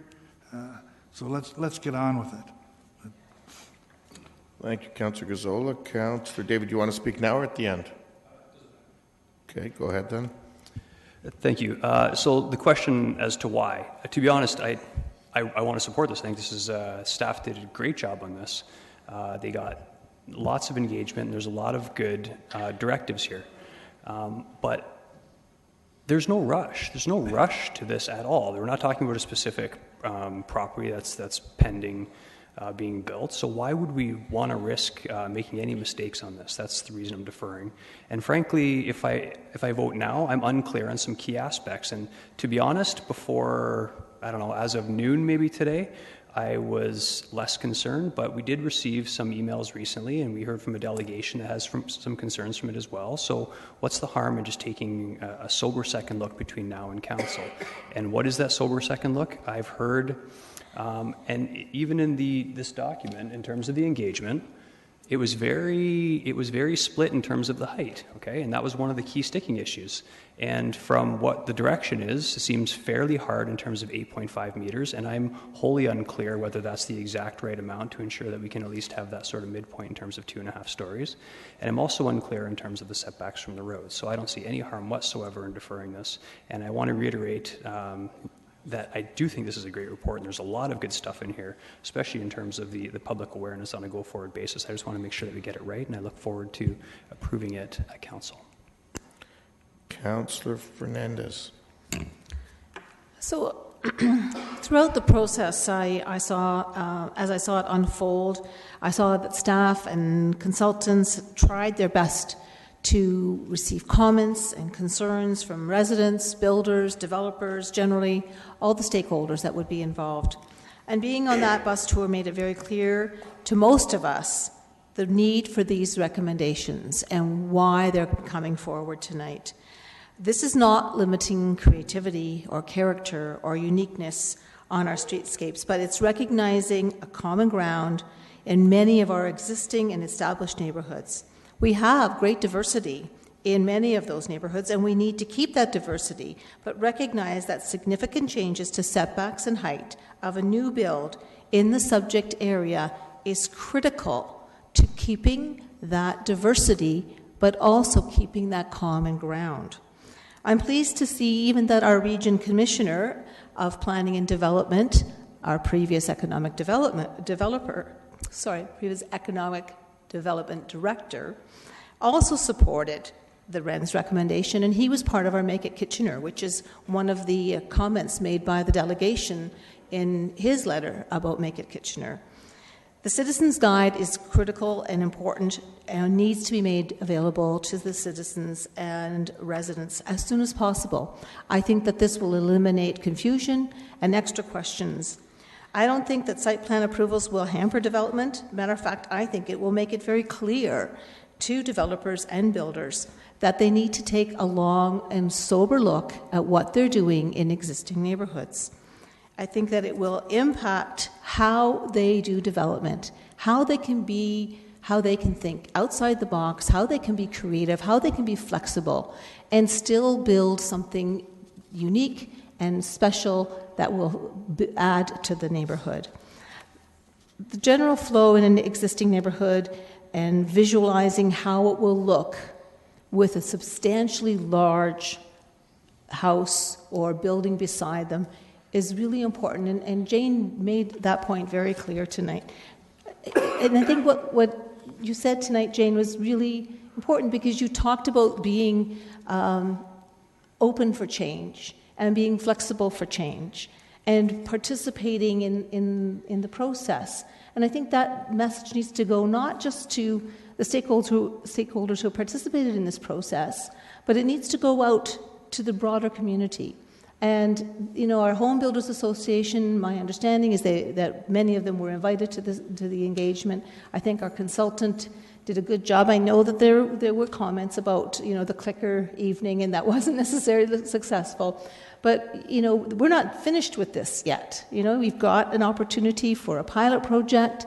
We've got an opportunity for more discussion in the next couple of weeks. So let's let the pilot project move forward. Let's not stop the flow and the movement on this, because I think we've built momentum, and I think we need to keep going.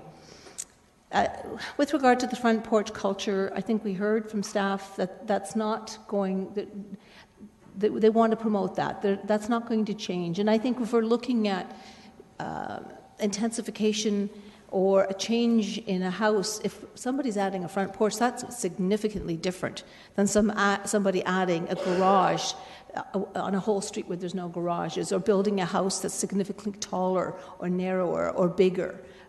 We have to differentiate between those two, honestly, folks. So I'm not going to support the deferral. The good work has been done. It's not completed. This is not the end here. I think we need to let the pilot project move forward, and I really look forward to seeing what happens as this gets rolled out. Councillor Schneider. Thank you, Mayor. Thanks so much for the input tonight. The delegations, both Jane and Mark, I learned things from both of you and things to ponder on both sides of this. I think staff have done a great job. I love going on the bus tour. I still have my notes from that. The thing is, we want to get this right, and we want to have a balance. I don't want to detract from getting excellent and award-winning designs either. I don't want to deter good development. I want to encourage great development. I think developers do want to come in and have projects that could win awards. So I want to be sensitive to their needs as well. It's kind of shocking to hear of some of the fees that need to go into a new development and how that could be a bit of an impediment to development of some affordable and attainable housing. So there's lots to consider here. I'm going to support the deferral just because I want to make sure we get it right. This isn't something that we have to rush through. There's still lots of time. It's just a simple 2 weeks. So I'm okay with supporting the deferral. I want to thank staff for a great job, our delegations for coming in, and everyone who took part in the engagement and made comments on this. Thank you. It looks like that's all the comments. I'll make mine. I, first of all, will support the deferral, but I want to be absolutely clear in terms of what I'm supporting. I'm supporting the deferral only because this issue isn't going to come back to us in 2 weeks at council anyway.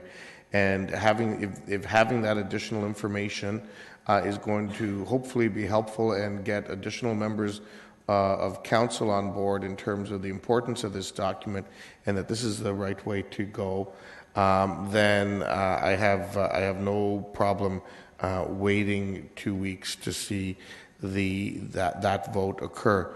I want to thank both delegations for coming forward, as well as all three of the citizen members who have been part of the process and have really been passionate advocates for this issue and why it's important for our community going forward. We know we're a growing community. We know we're a community that needs to grow through intensification and not just greenfield development, partially because that's what the province has mandated, but partially because that's the values that our own citizens have indicated they want to see take place in their community. But they also want to see it happen in a way that's respectful of existing neighborhoods. And I think that is why we undertook this process in the first place. And I want to remind Council of that. We looked at best practices across the country, cities like Edmonton and others that do have residential intensification guidelines, and in fact are now going into round 2 of them because they've gone through round 1, they learned through it, and are now modifying them for round 2. We're trying to get to round 1 in terms of where we need to go. I think there are a lot of thoughtful recommendations here that have been brought forward. I do have some concerns around the site plan process. I think it's the right way to go on a trial basis, but I also want to make sure that it's not putting undue burden. Because part of the reality is, like it or not, is that time is money. And if, quite frankly, I know I wouldn't want Janine and Janine's job for anything in the world. But at the same time, there's there's the other side of the reality to this, and that's that every time we send a project back to a developer, it's time and it's money, and either we get some of the things that potentially might make the project better, or they put their hands up and say I can't do it anymore, or they decide that, even worse, that I'm going to take it to the OMB.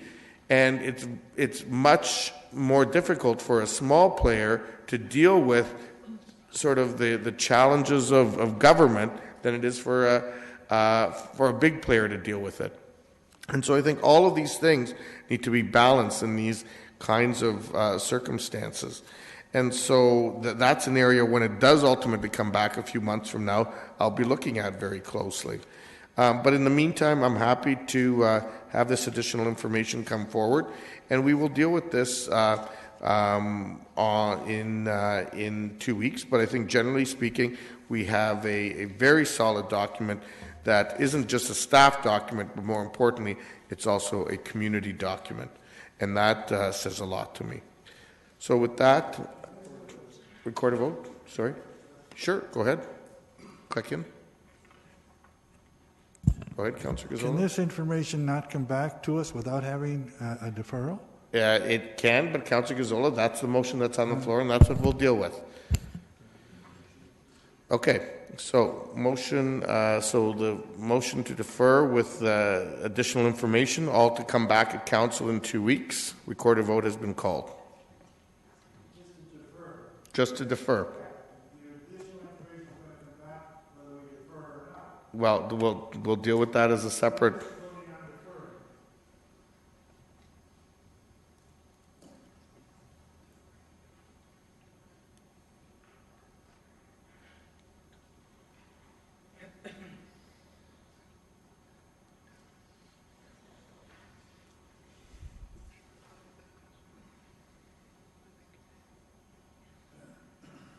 Oh, right. So don't count this vote because it's a conflict.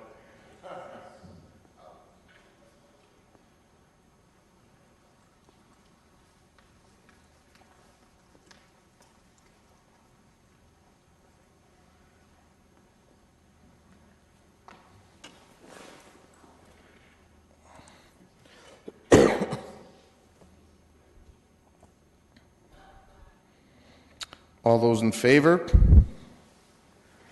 Opposed? The deferral carries. So we'll be dealing with this at council 2 weeks from now at 7 o'clock with the additional information.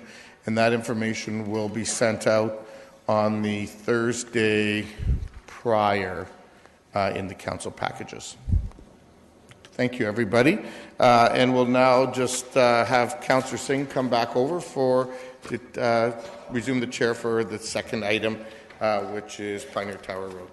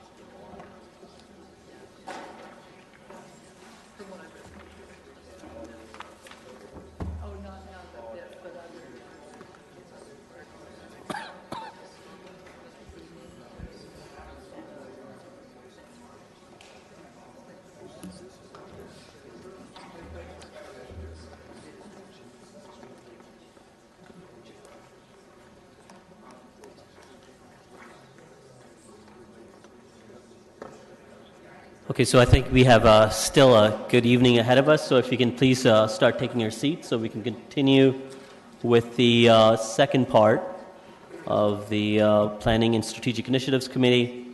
So I just want to restate that this is a formal public meeting to consider applications under the Planning Act. If a person or a public body does not make oral or written submissions to the City of Kitchener before the proposed applications are considered, the person or public body may not be entitled to the appeal the decision to the Ontario Municipal Board and may not be added as a party to a hearing of an appeal before the Ontario Municipal Board.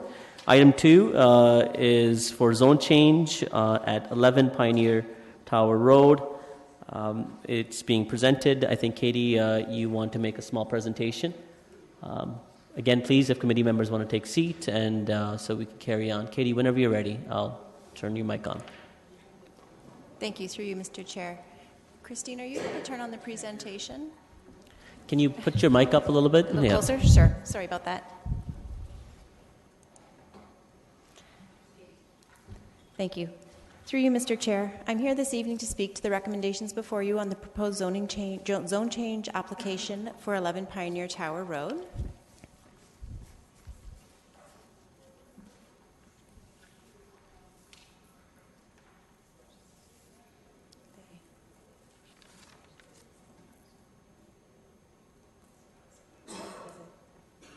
Oh, there it goes. Thank you. There you go. Thank you.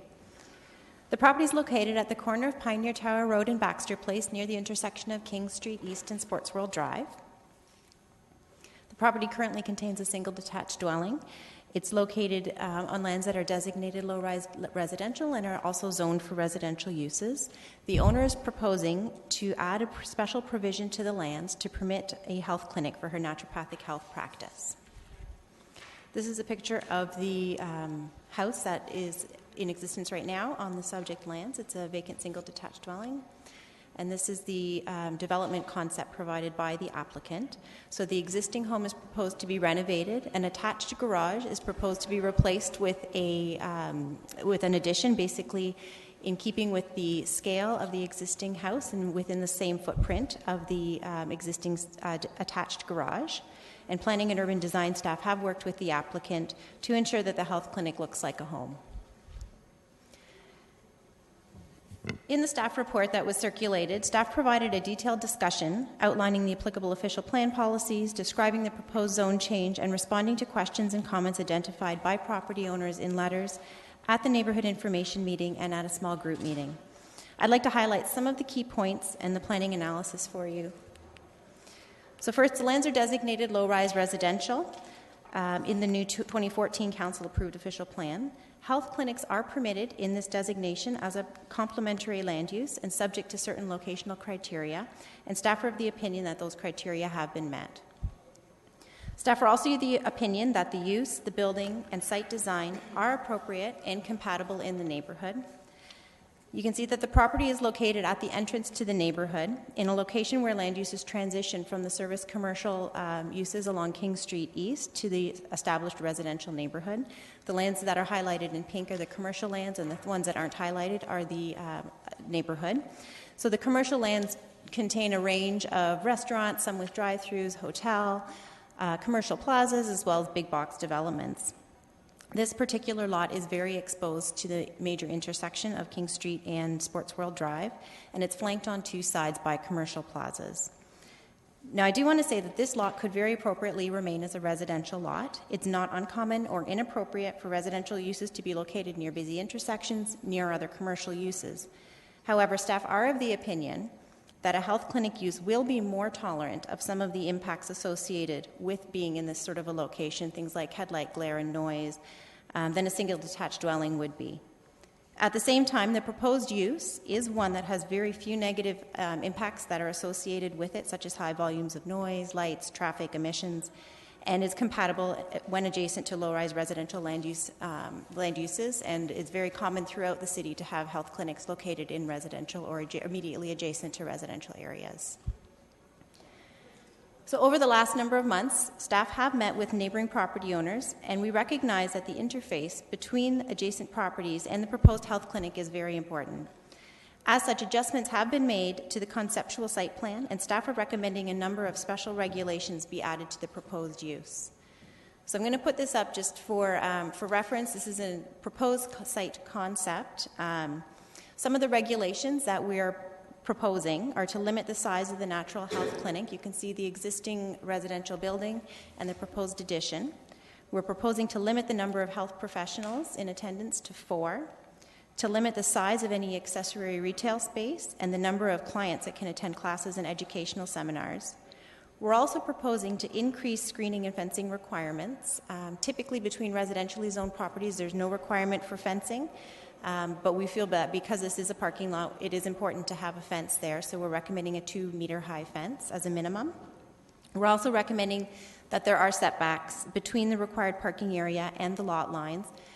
Typically, this is an urban design standard, so it's not in the zoning bylaw. Typically, it's sort of 1.2 to 1.5 meters. We're recommending at least 3 meters as a minimum along the rear and the side lot line, with 4.5 meters to the street. So these measures together will help to limit the scale of the operation to what's being contemplated today so that it can't expand further in the future. The regulations also work to help restrict accessory activities that could generate larger influxes of clients and traffic, which we know is of concern to the residents. And the owner has also agreed that garbage will be stored indoors rather than outside in garbage bins or in a deep well type system. Traffic was also something that was identified as a major concern of property owners.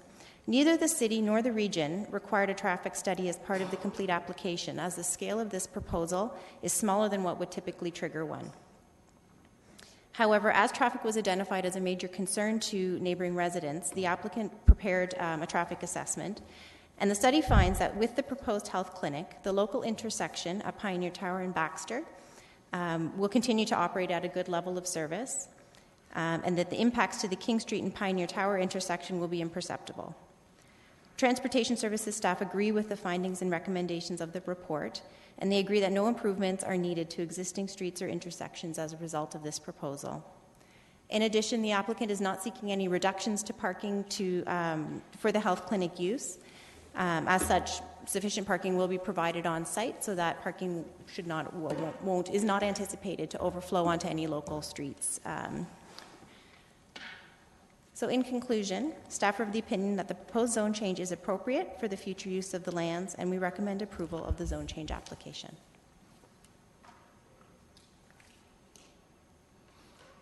Thank you. I see a number of committee members keying in. I just want to remind you of process. Staff have made their presentation, and there are delegations who will also have an opportunity to present. You can ask questions of the delegation. Once those are done, then we will come back to questions of staff. So if you want to key out, we are going to our delegations next. Can I have Mr. Patterson, please? Scott, as I'm sure you're already aware, pursuant to council guidelines, as delegations have 5 minutes to make their presentation. Thank you. Thank you, Mr. Chair. I have a brief PowerPoint presentation, if I could get that keyed up, please.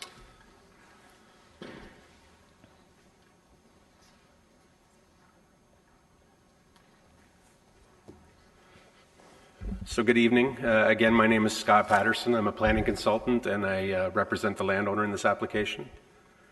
So the purpose of the application is to seek a site-specific zoning for the property and to specifically allow for an additional use, that use being a health clinic. That was the nature of our application when we submitted it.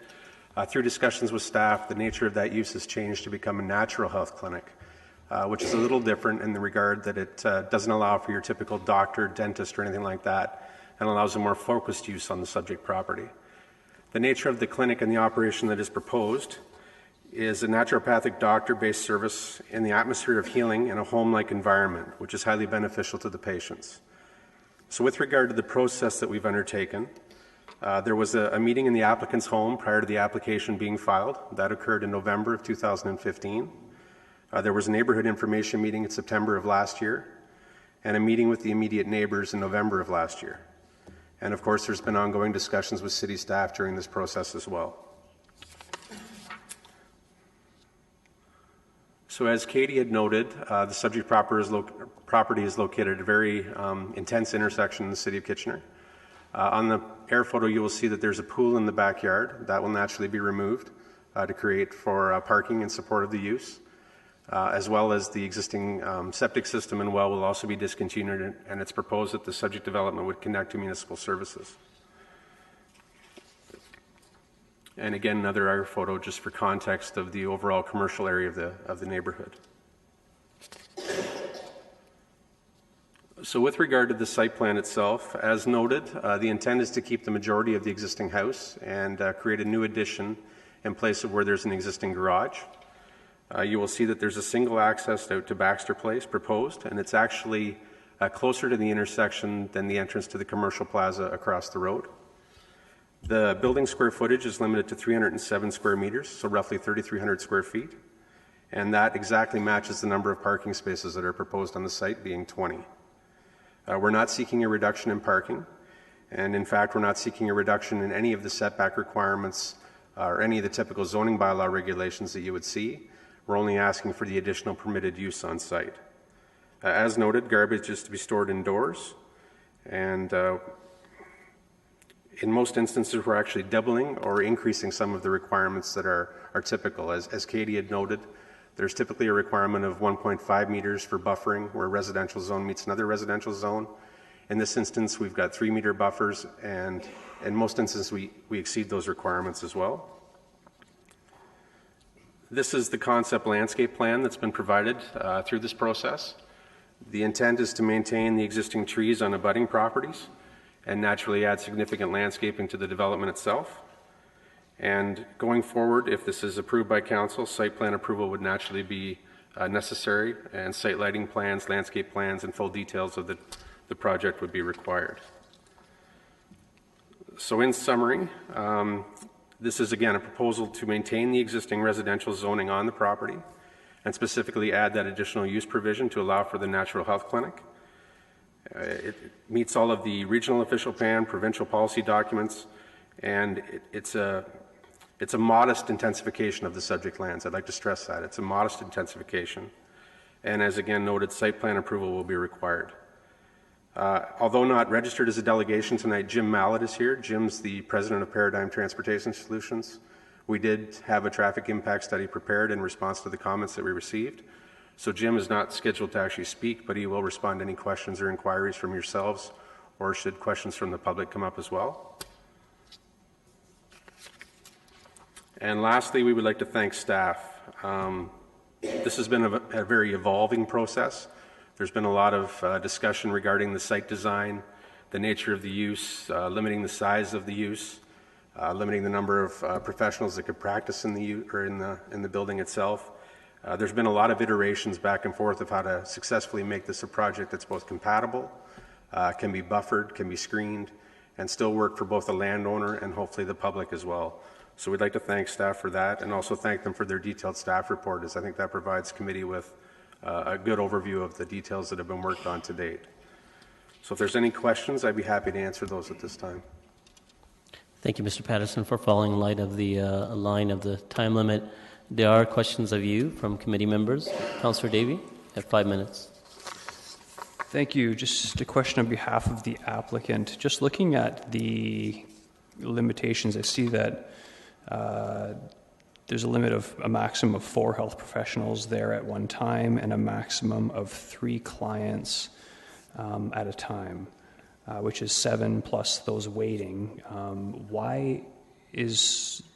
Would your applicant be comfortable with less parking? Because 20 seems like overkill. Like you would never ever use 20 parking spaces if you have 4 professionals and you're seeing 3 people at one time.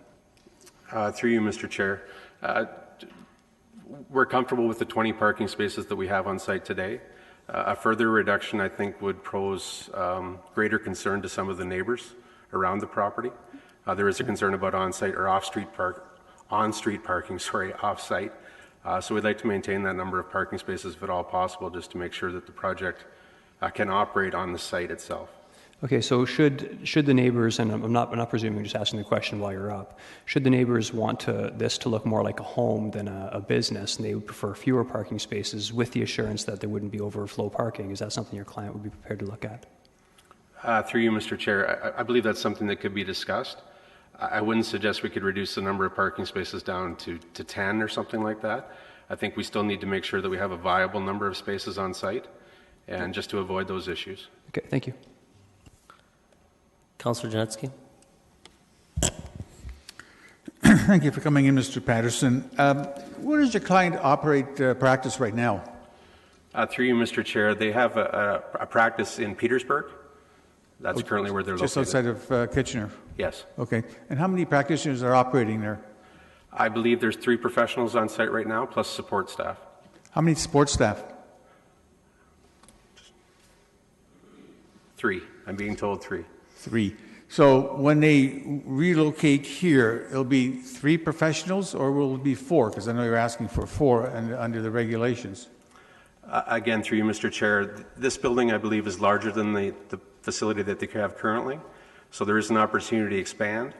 To 4? The zoning would allow or have a limit of 4 if approved, and that would be the maximum that we would put on site. Okay, so it'll be 4 practitioners, and how many support staff?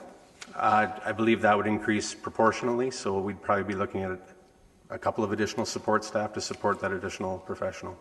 Okay, so with 4 practitioners and 3 support staff, that's 7. There's 7 parking spaces right there that are required, because you need 20, you say. Correct. Right. Okay. Are your clients or client, and are they professional doctors under the Ontario Medical Association, classified as doctors or not? Through you, Mr. Chair, the applicant, the landowner, will be here as well. They could probably answer that question better than I can. Mr. Patterson, I'm sorry. I'd just like to interrupt. What's the relevance of that question? To see whether it qualifies under the definition of health professional. Well, there's a broad range of allowances under that guideline. Well, so that's my you're next asking question specific coming to one. staff. Okay, well then, okay, anyways, go ahead. If you feel comfortable sharing, but I think that's better suited to staff to answer exactly all the criteria that's allowed under the healthcare practitioner, but if you share to divulge information, you're welcome to do so. I'd rather defer, Mr. Chair, to the actual landowner when she makes her presentation as well. Okay, thank you. Okay.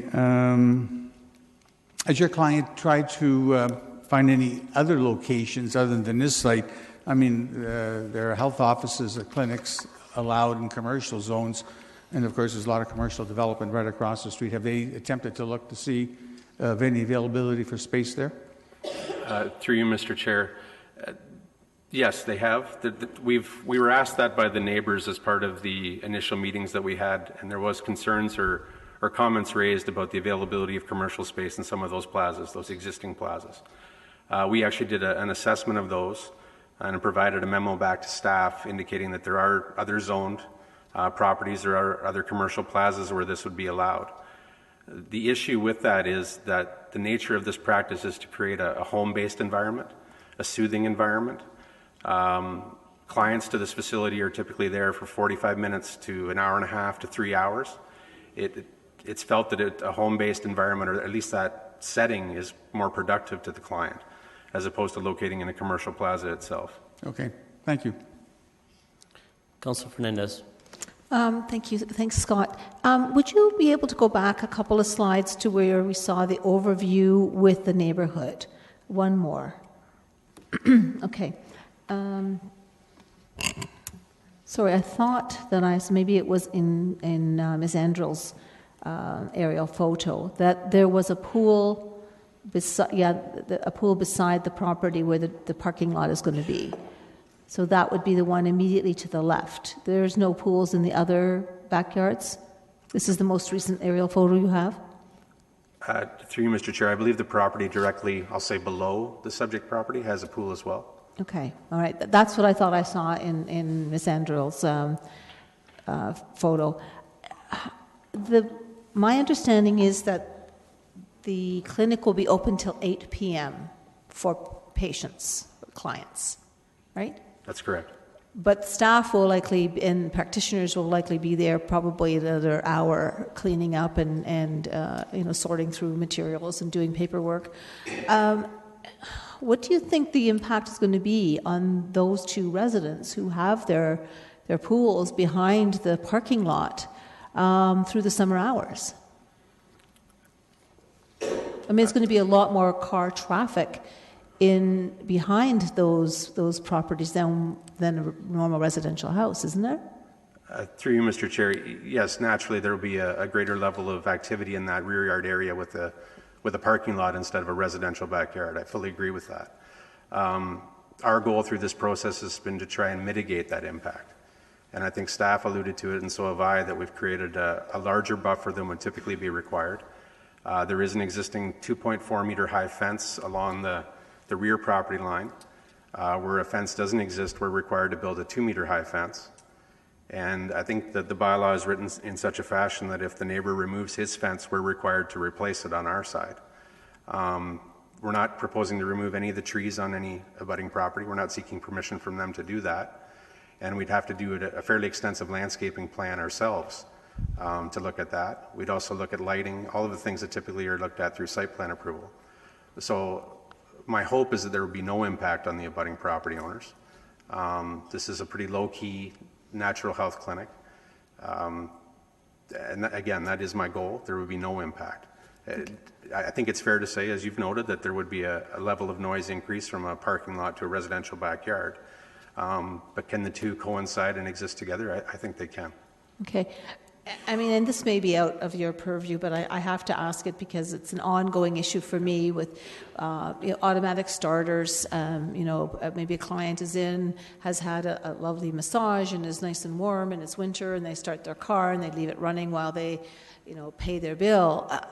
Is your client prepared to say, that kind of stuff? Sorry, folks, we're working in natural medicine, and maybe it might be better to ask them that question than yourself. We don't want to leave cars running. That will impact the neighbors. Through you, Mr. Chair, We can't control human behavior. If they want to do that naturally, they can. And the zoning bylaw can't speak to that naturally. My clients have maintained right from the day one that they'd like to be good neighbors. They also live in the area. I don't see the situation on this site and a parking lot created here any different than the cars immediately across the road in the Mother's Plaza, so to speak, and the proximity of those cars to the residential neighborhood as well. So Depends on which the way the wind's blowing, actually. Okay, that's all the questions I had for you. Thank you. Thank you. Councillor Gazzola? Yeah, most of my questions have been answered. I just want to go over a couple of things. When Councillor Yanetsky asked you about the present staff, from what I heard, there is currently in Petersburg a staff of 3 and 3 support, and we're looking here to go to a professional staff of 4, and you said that would add another 2 support, so that would make it a total of 9 as opposed to the 6 right now. Is that right? Through you, Mr. Chair, that's my general impression of how it will operate. I think it's best to get that answer directly from the business operator when she comes down. Okay. The other thing I was wondering about is that I know that at some of the meetings, the neighbors were asking for a traffic study, and I was of the understanding that if one were done, that it would be shared with everyone. Was that done? Was your study shared with everyone? Through you, Mr. Chair, our study was provided to city staff. We did not circulate it to the neighbors or provide it. I was not contacted to get a copy of it.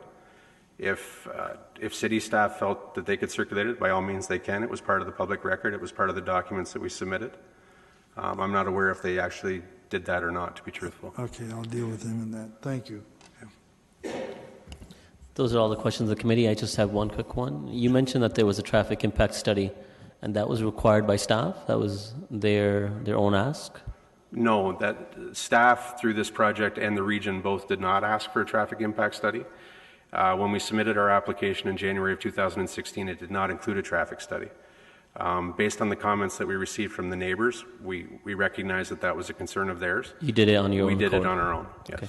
Thank you very much. Those are all the questions. Okay. Thank you, Mr. Patterson. Next up is Jim Fleming.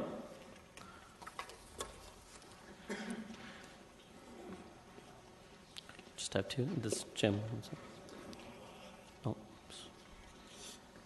Hi, Jim. Again, you have 5 minutes to make your delegations. Thank you, Mr. Chair.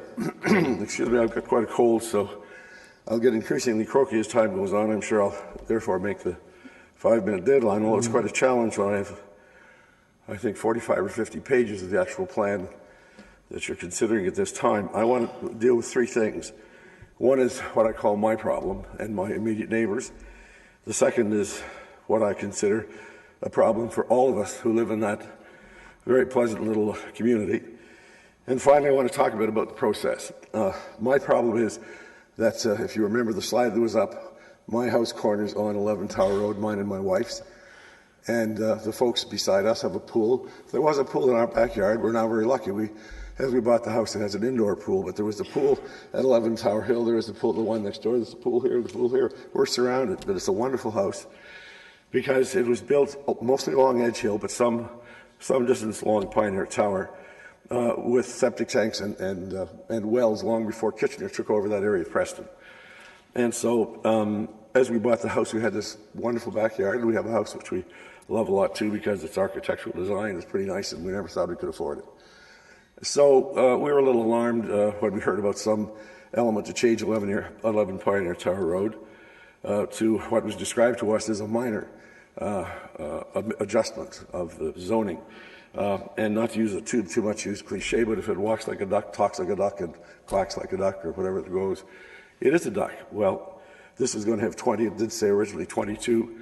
When we asked why 22, they said that was the requirement of the various regulations. And now I guess it's down to 20, and that's fine. It's great, although it's a great worry for us in Edge Hill that there will be parking because everything we know suggests it will be very busy.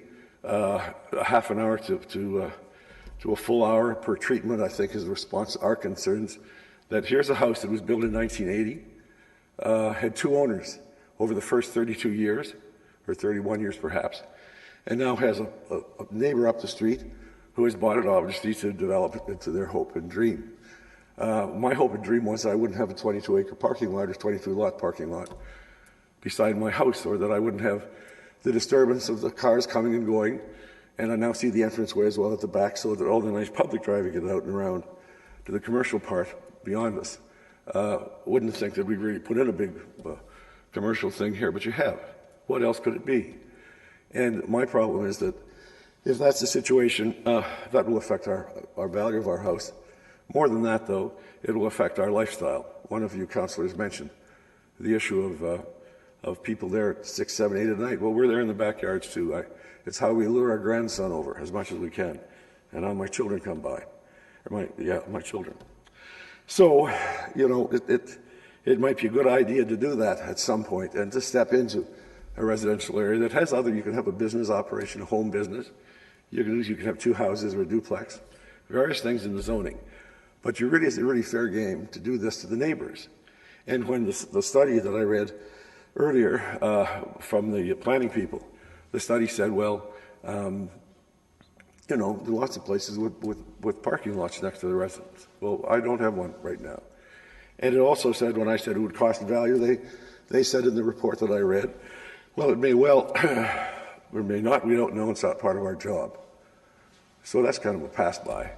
But if any one of you were asking that question about your home, what would you say? No effect of having a 22-lot parking lot, no effect on your price, and no effect on your privacy and your value of life and your standard of living in the summer with your family, barbecuing in the backyard of these beautiful big backyards where we play big, beautiful taxes because they're big, beautiful backyards. So that's me. And now as time rushes by, for all of us, the thing is, it's the only way in and out with the traffic control of our entire community. The post office told me there are 314 houses, and it's pretty much all single-family houses. And we treasure it. The people on Edge Hill that are on the side that look into the Grand River Valley, it's absolutely beautiful, and those on the other side have these huge backyards. And those in those very million-dollar beautiful homes going up 11 Pioneer Tower, well, they have beautiful homes. But we all go through that one outlet, and well, all the traffic planners in the world can say, it's fine. And the police can say there's really not a problem. We drive there every day. We know there's a problem.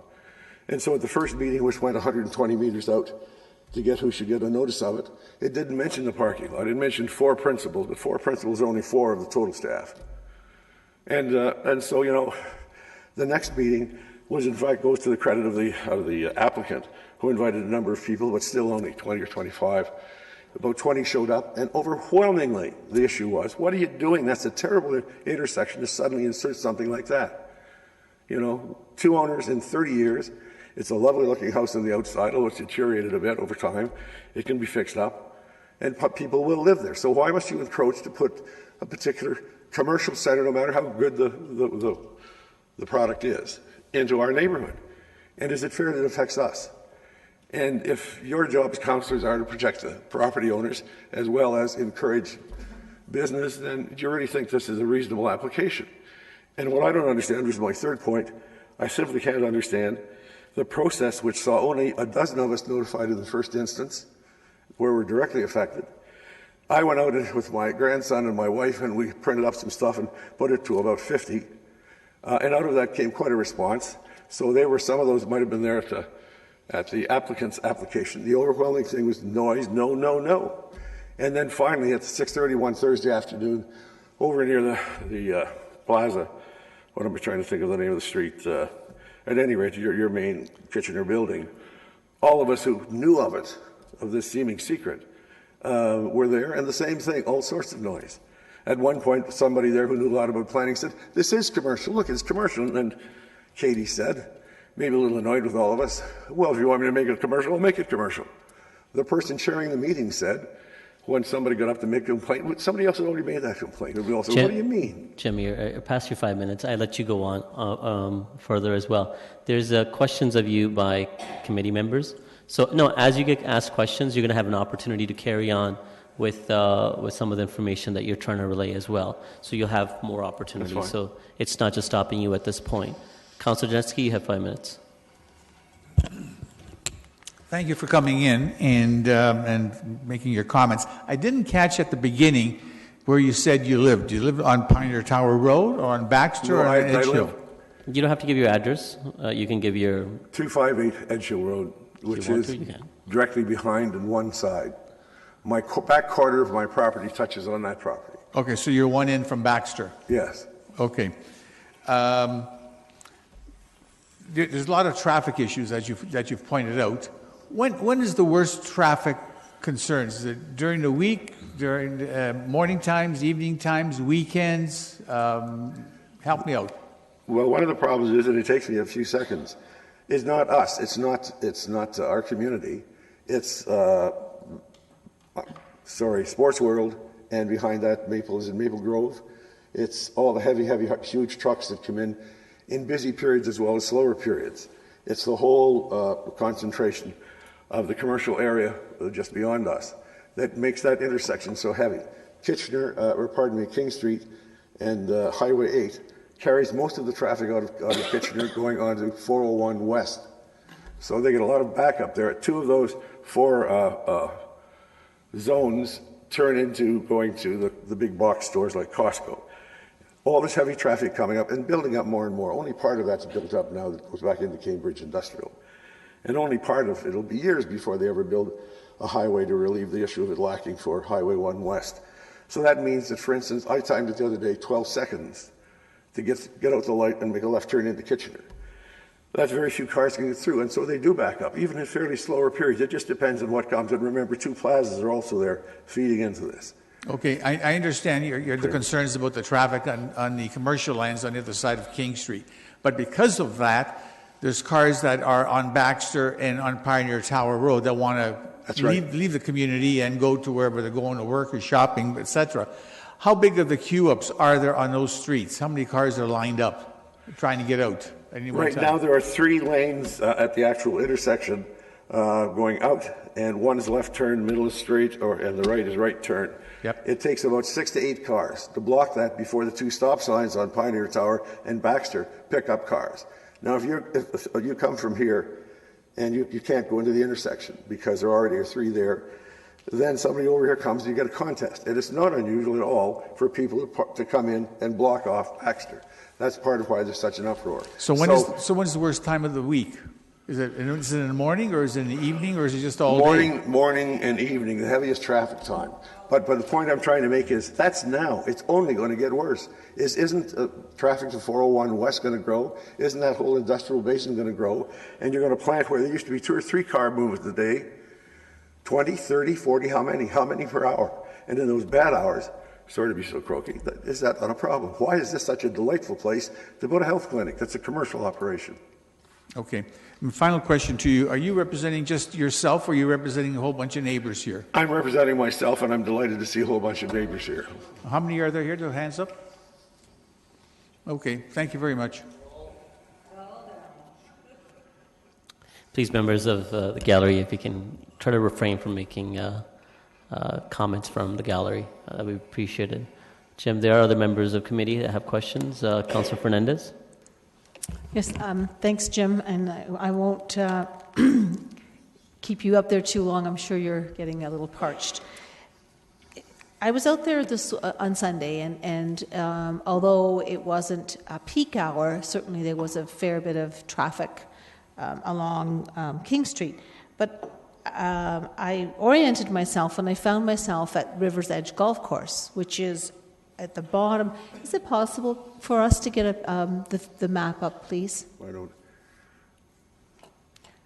So, I mean, you must be familiar with the golf course. Yes, very much so. Okay, so can you tell us? So that would be in the south part of the pit. It's the end of Baxter across Edge Hill. It drops out into the There we valley. go. Thank you very much, Katie. So, you know, I mean, I'm assuming that, it's a 9-hole course, right? Is that correct? 9. Yes, and it's a 9-hole. Okay, sorry. That you would see from May to October, weather permitting, a fairly busy, regular traffic coming out of that Well, I don't golf think it'll course. be nearly as much as we'll get with this development.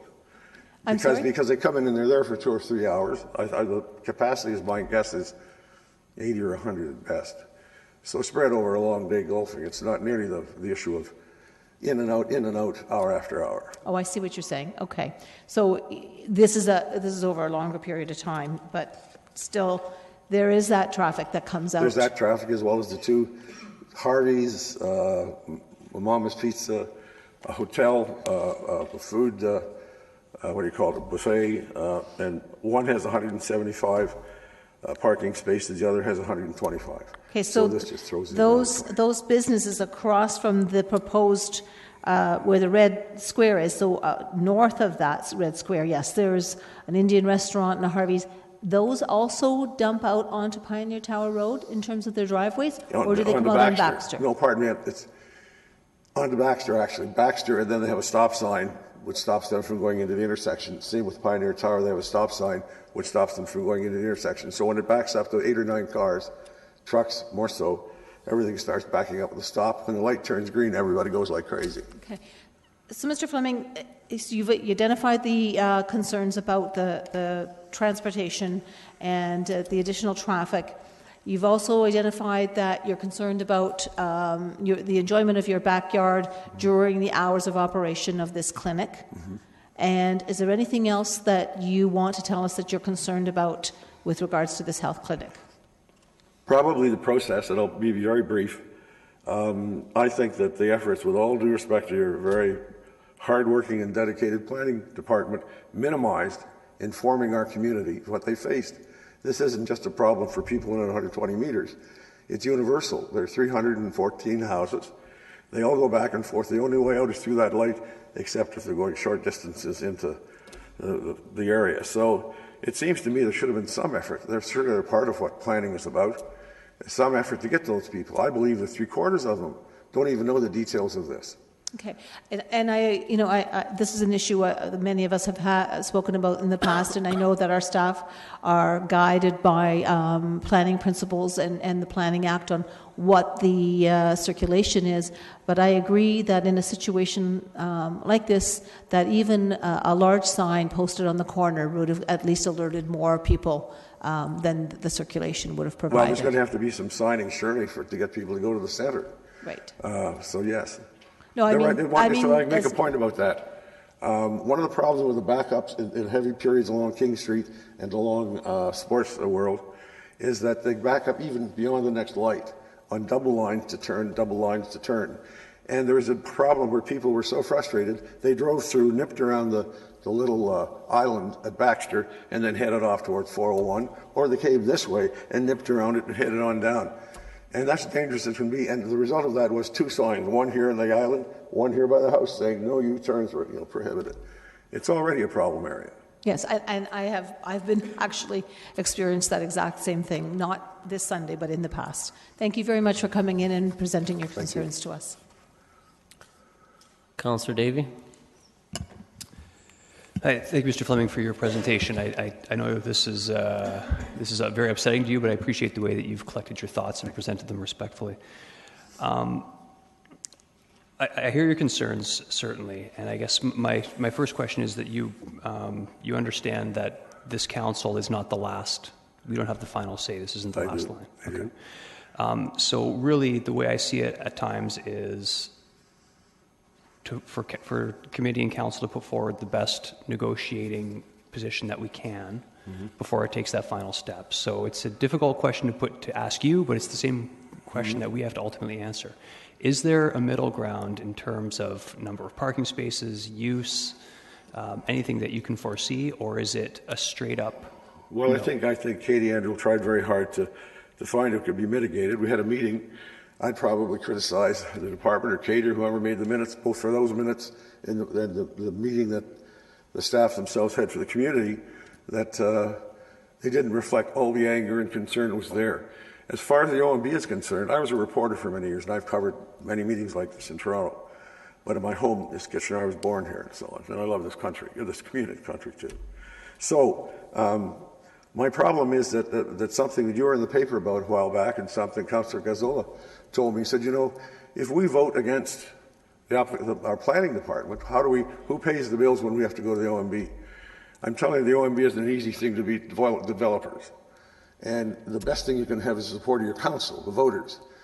voted for you and you supported residents. And that, I think I've seen beat the OMB, which is heavily in favor of development, and development's great, and you need the money, we need the money. But why would you put this in the middle of a community, in the middle of a terrible intersection? Gosh, there's so many other places, and this is such an important thing. There's a cry for it. 4 letters came in saying, I think I'd like to have a health center there. Everything else is overwhelmingly opposed in the community. And it's a lovely little community. So don't do it to us. Thank you. Councillor Gazzola? I don't have any questions. I did want to thank you for coming in, and also to thank you for all the work you've already done for your community. I know that from your background that you're very familiar with the OMB and everything that surrounds it. So, and again, thank you. You've been very active. You've done more than your share to bring, and you have made some good points about the process that we really need to look at that going forward. Thank you. Thank you. Thank you, Jim. Those are all the questions. So the committee has an opportunity to ask questions of staff now. That's it? Well, the owner hasn't registered as a delegation. If they feel they want to something further to add, they're welcome to, but they're not as a registered delegate.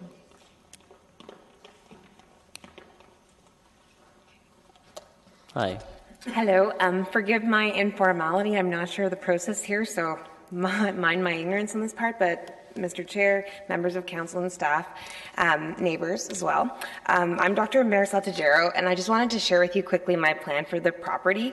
My entire intent is that I'm a neighbor within the area, and I'm a naturopathic doctor, which, to answer your question, Councillor Siggs and Jen, I'm sorry, your name, we are part of the Regulated Healthcare Practitioners Act, similar to chiropractors, medical doctors, dentists, etc. What we are not part of is we're not part of OHIP, so we're not under public funding, which means we're allowed to do our practices the way that we choose to. And my method of practice is actually one where we take a lot of time with our patients. And my team at this point, which was 3 doctors, but one is on maternity leave, and this happens very frequently in naturopathic medicine because most of us are female, so many of us take maternity leave. So my requisition from the from U.S. Post to ask for 4 practitioners was that I wasn't. We don't know the times of hours that they would be working, but also some would go on mat leave, and I didn't want to leave the community thinking that, you know, we have 6 doctors on our naturopath on our website, but, you know, 4 practicing at the same time. So I just wanted to be clear on all those aspects. So we do take a lot of time with our patients. It's very different from the regular conventional medical practice, where they tend to deal more with acute care. In acute care, what occurs is that patients come in, there's a timeline, they're paid by OHIP, so the patients tend to come in rapidly, get a prescription, and move on. In naturopathic private healthcare, we have time and allowances with our patients. And in my initial portions of practice, I did have those 15-minute appointments, and I realized that they were not functioning for me at all. So my minimum appointment time is 45 minutes. And on average, patients in my clinic are somewhere between 45 minutes to 3 to 4 hours. So I'm sure that's pretty similar to a golf game. I don't play golf, so I don't own that either.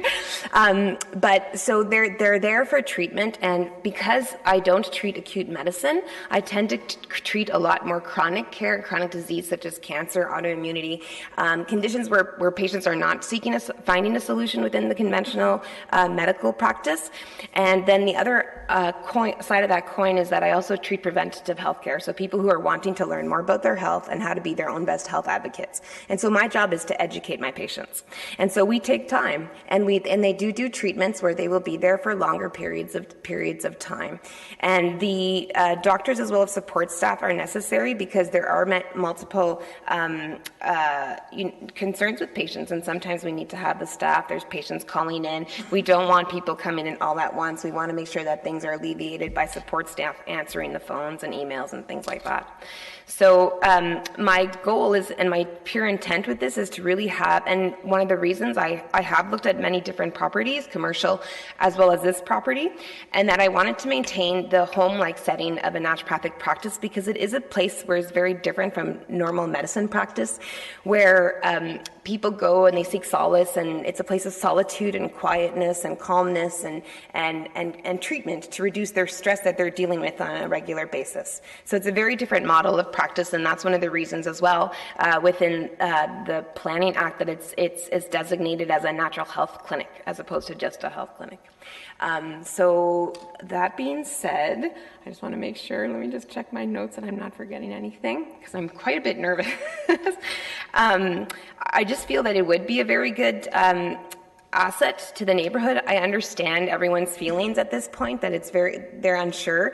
I would definitely be working with the neighbors and try to keep everything at a minimum. We've done that a lot with Katie, discussing the garbage is bringing them inside.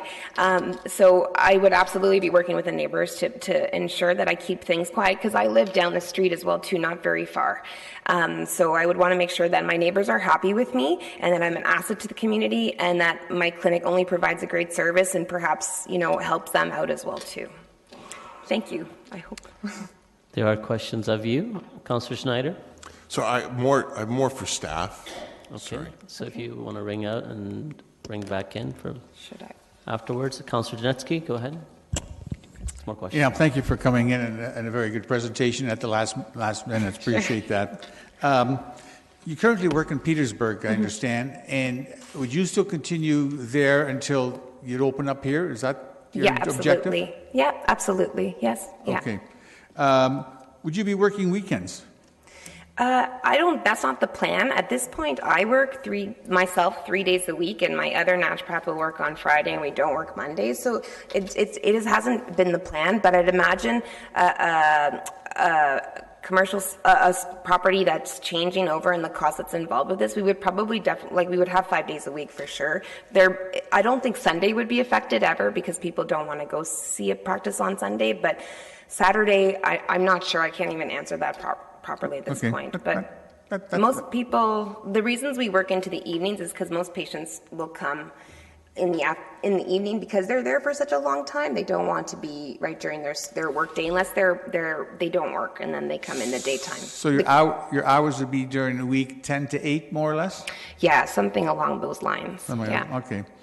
And usually off hours, right? Yeah, right, yeah. Okay. And you said you looked at commercial sites, but you ruled them out because you wanted more of a home setting? Yes. Home setting in a residential area, or instead of being in an office building, but being in a house? Yeah, in a house, because it's obviously more isolated, but also too, there's just a very different feel from going to a house to going to a commercial spot, right, where you're just a run-of-the-mill. So it's that feeling and sensation. It's also part of the naturopathic profession and the roots of it, where they were all done in homes because they were all part of the community. So it's part of I guess the magic, a little bit hokey, but the magic of my profession, right, is that there's many practices that are within these homes and within the community because they become such an aspect of education. Okay. Yeah. And my final question to you is that even though you have clients or patients, I guess the same thing. Yes. And you say your sessions are from 45 minutes to 2-3 hours or whatever. Mm-hmm. Would you be also holding classes for a number of people at the same time? No, so that was what was discussed in terms of the 4 naturopathic doctors and 3 patients. No, if we were in many places where they have a natural health environment, they'll have classes where they'll invite 20 people. We wouldn't be doing that at max. If we had something, it would be maximum 3 people at a time. What we have done, and in the past, and I would continue to do, is that I will rent a space and I'll have my community events there, and I'll invite my patients and whoever wants to come from the community to go outside of the locale. Okay, thank you for your kind of comments. Yeah, my pleasure. Councillor Davey. Thank you for your presentation. It was good, especially as Councillor Janetsky mentioned, impromptu. First, the difficult question I have to ask: if this application is turned down by committee, do you intend to appeal to the OMB? Yes. Okay, thank you for that.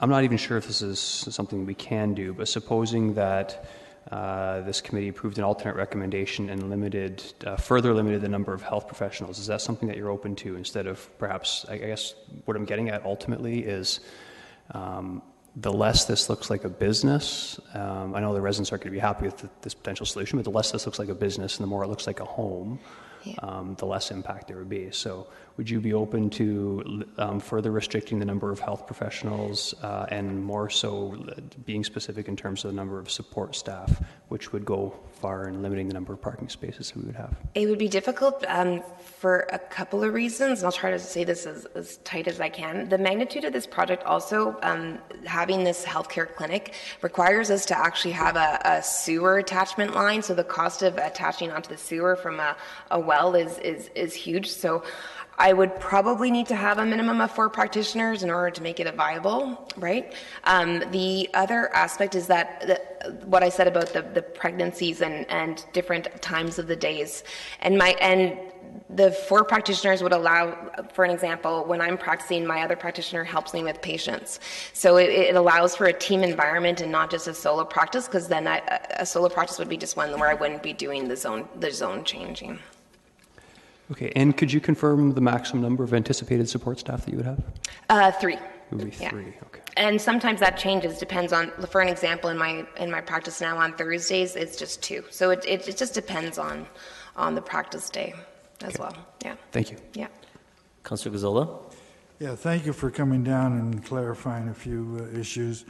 I just want to go over that. When going forward here, what do you expect? You're going to have a professional staff of 4. What do you expect your support staff to be? What number? Moving forward into the Yes. practice? Well, at this point, it's like a ratio of 1 to 1. It's almost like per doctor, it's like per assistant. Potentially 4 to 5 would potentially be the number. It would just depend on the flow and such, right? I'm also a little concerned about putting the number into the designation because, for an example, what I said at the beginning of my presentation, if we put on the website that there's 4 naturopathic doctors or like 5, or say 4 or 5 assistants, and then what if they're not? Is that all working at the same time in the building? Like how does that work, right? Maybe that's my ignorance in terms. I just want to go back to the very first things you said, and you said you want your neighbors to be happy with you. Yes. Now, you've met with your neighbors. Did you feel they were happy with you? No, I believe that change is very difficult, and they don't know me, and they don't know my intent, and I'd imagine that it's scary when anyone comes in and puts a commercial claim, and, that it's scary in terms of long term. It's also one of the reasons why we want to keep the residential nature of that zoning so that there's both there. So I don't know if that answered your question, but It's residential only in sort of looks. It's not really a residence. no, I wouldn't be living there. No. Yeah. And you've looked at other areas and you couldn't find any other areas. I mean, it's possible. Is it not possible to have a residential feeling in a square box? It depends on what it's fixed like up in. It's very difficult. Like it's different. It's a different atmosphere, right? Like I guess it's just the atmosphere that we're trying to create. Yeah. Okay. Yeah. Thank you. Councillor Ioannidis?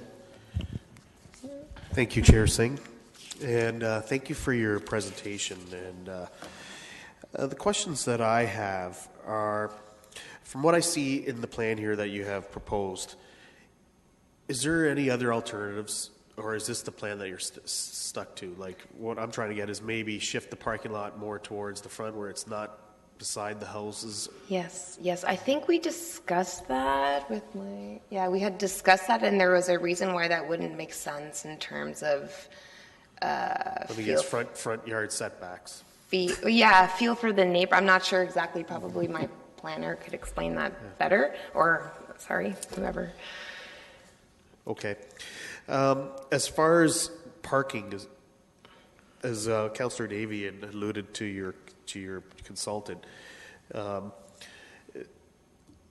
is this the amount of parking that you actually need, or can be reduced? I mean, my biggest fear is that people would be parking on the street.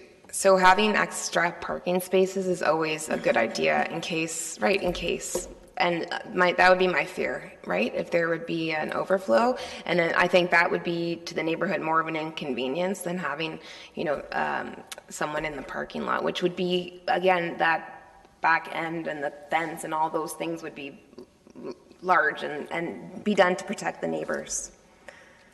Okay. Those are all my questions. Thank you. Councillor Schneider, okay, go ahead. Thank you, Chair Singh. And thank you for coming in. I do believe in what you do. Thank you. I appreciate that you want a home-like setting. I have been to a naturopathic doctor that worked out of their home, but it was one doctor in one room in their home. I've also been to a clinic on Sawmill Road, which was truly a rural, very peaceful setting. I know you're looking for a home-like setting, but right in that general area, it's quite busy. And I know, I don't want to sound corny, but I know energy and all that is all part of, you want it peaceful and calm. It doesn't appear to be a peaceful and calm area. Yeah. Oh boy. My husband does not want me to probably say this, but it actually is a very energetically clean property because we had it tested, by geopathic stressor analysis. But absolutely, but it is, I guess, because it's close to, it's accessible, right? Like it's close to the highways and it's close to different places, so it makes it accessible to people. And it's also down the street from my home, so I was hoping to have it closer, right, and to have it accessible. I guess that's my best answer for that. Okay. I see. Where I have a bit of a fear here is that this is a residential neighborhood, and we can see from that section that it's residential, and now this will be a commercial property right on the edge of it. And once if this was approved, once this is all adjusted and you've got the parking lot there, if you choose to move or go somewhere else, it's be very difficult to return that to like a residential property. Yeah, this is very true, but this is one of the reasons why with the planning staff we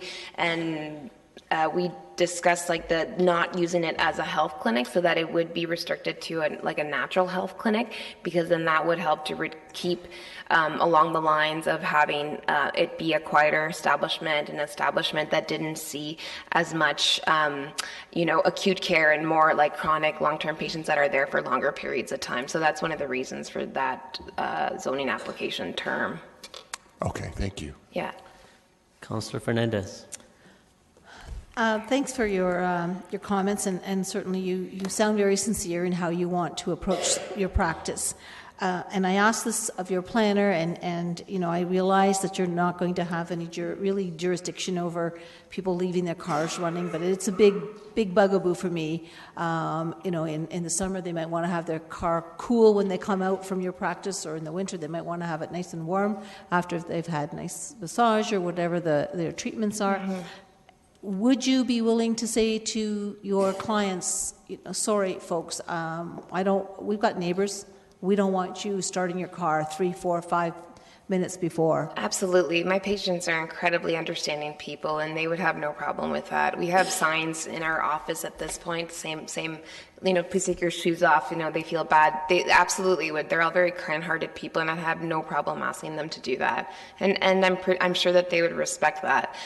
And because my intent would be to respect the neighbors as much as I possibly can, with also aiming to see if I'm able to have my practice in this location. And you've heard the comments from Mr. Fleming and yes. about the traffic. You probably are not going to see 3 or 4 people or 5 or 6 people leaving your practice at the same time, mm-hmm. but nevertheless, it is going to, from the difference of a residential house with maybe 4 cars, you're going to be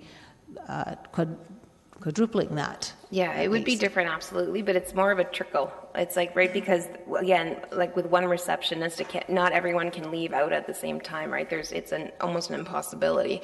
So things are just a trickle, right? So it should lead to a slow traffic, right? And that there wouldn't be any issues. And also to the size of the parking lot, that also allows for easy backing out and making things easy for the people who are within the parking lot, and it's not within a cramped base as well too, right? Because that could cause more commotion or more problems for the neighborhood as well. Okay, thank you for your answers. Yeah. Those are all the questions for you. Thank you. Thank you. I registered as a delegation online today. Oh, did you? Okay, all right. But sometimes that doesn't come through. No, it doesn't. Please, if you can identify yourself. Sure. So Scott And then Higgins. You have 5 minutes to make your presentation. Thank you. Scott Higgins. I live at 933 Pioneer Grove Court, which is the court that you see just under the P on that aerial photograph. I represent a few of the neighbors on the court. I'm here in support of the application, so I think oftentimes what you get is a neighborhood that comes out in opposition and a silent majority or perhaps minority that sits at home and does nothing. I'm in the development business, so I felt the need to come tonight to express my support for the application. And several of the neighbors also support it. We want to live in holistic and walkable communities, and adding a commercial framework to the plethora of commercial businesses that exist in this area are important. I think that this particular intersection with its traffic challenges sort of is what it is at this point. We're a growing community with major thoroughfares that get busy, and our street happens to bleed into one of them. But certainly adding a small natural health clinic and a small portion of associated traffic, while it's nice to echo our traffic burdens to council, I don't think that particular use is going to add much of anything to the challenges that we face at that existing intersection. I will say that the city should look at its sidewalk network in this area, and through you, Mr. Chair, I've talked to our councillor Gazzola a few times on this particular issue, but we are a walkable community. We do have a number of commercial businesses in short distance, be it Mother's Pizza, be it Finn McCool's and Turtle Jack's, maybe go see a show, head over to Moose Winooski's. We do quite a bit of walking. There's city parks in Settlers Grove Park. There's a good trail system, obviously, through Deerridge. And then a wonderful neighborhood in Edge Hill neighborhood and down to the golf course. We do quite a bit of walking. There are missing links along the sidewalks in this area, and as we add more to the commercial framework, or I hope we add more to the commercial framework, we really need to focus in on completing the city sidewalk connections within that area. I think that these types of uses are actually conducive to supporting a neighborhood and the growth of the community. We talked about a front porch culture before, but we're out a lot with our neighbors, and we would frequent this facility as a means to achieve that level of naturopathic care within our community. I think that would be a good, solid addition. So I won't belabor the point. I just wanted to come out and say there is a bunch of us within the neighborhood that are also in support of the application. It's important sometimes for council to hear. That won't make me popular with perhaps some other neighbors. I get the concerns. If I was an immediate abutting property owner, I would share the same concerns, absolutely. So I'm not a hypocrite saying otherwise. No doubt there are impacts to the abutting neighbors that will be negative impacts if this goes through. But from a broader neighborhood context, which is what I'm speaking to, we welcome the additional commercial uses within this area, and a number of us support the application that's in front of you. Thank you. Thank you for making a presentation. There is a question for you. Councillor Ioannidis. Thank you, Chair Singh. Thanks, Mr. Higgins, for coming in. The previous delegation expressed traffic concerns. Do you have similar concerns with that, with the traffic? Since you live in the neighborhood, you could give us your perspective. Yeah, no, I think there is traffic concerns within the neighborhood, certainly. I don't think that this application will materially change that scenario one way or the other.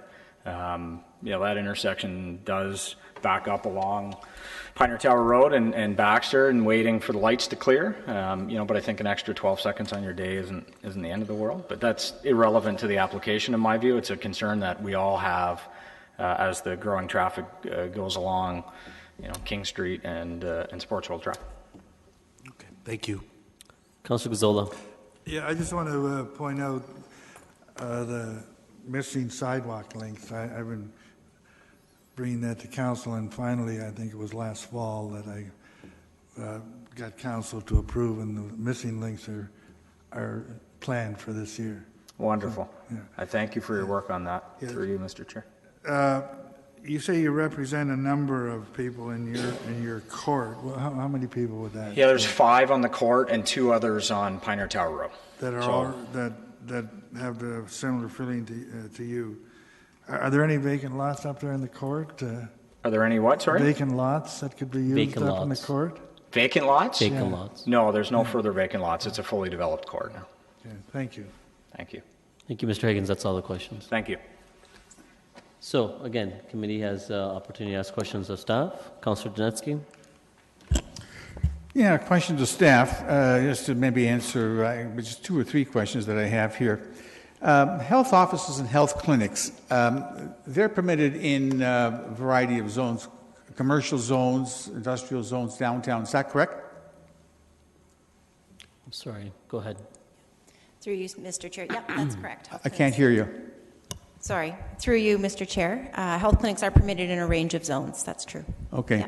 Is health clinic or health office permitted in a residential zone? It's permitted within the residential designation. So As a in the special official use. plan.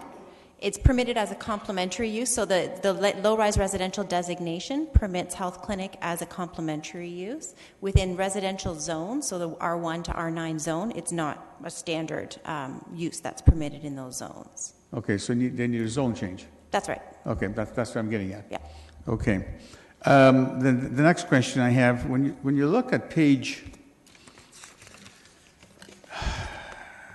2.7, 2-7, at the top, near the top, it says proposed zone change, and you talk about residential R2 zone, special regulation 288R.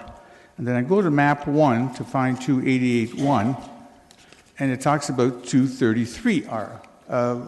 Is there another zone that's another special regulation that we don't know about? I believe that may be a typo in that paragraph. In the zoning bylaw, the actual text we refer to 233R. So it's 233R. Yes. And that special reg talks about the size of the lots being 1 acre in size and so much lot width, etc. That's correct.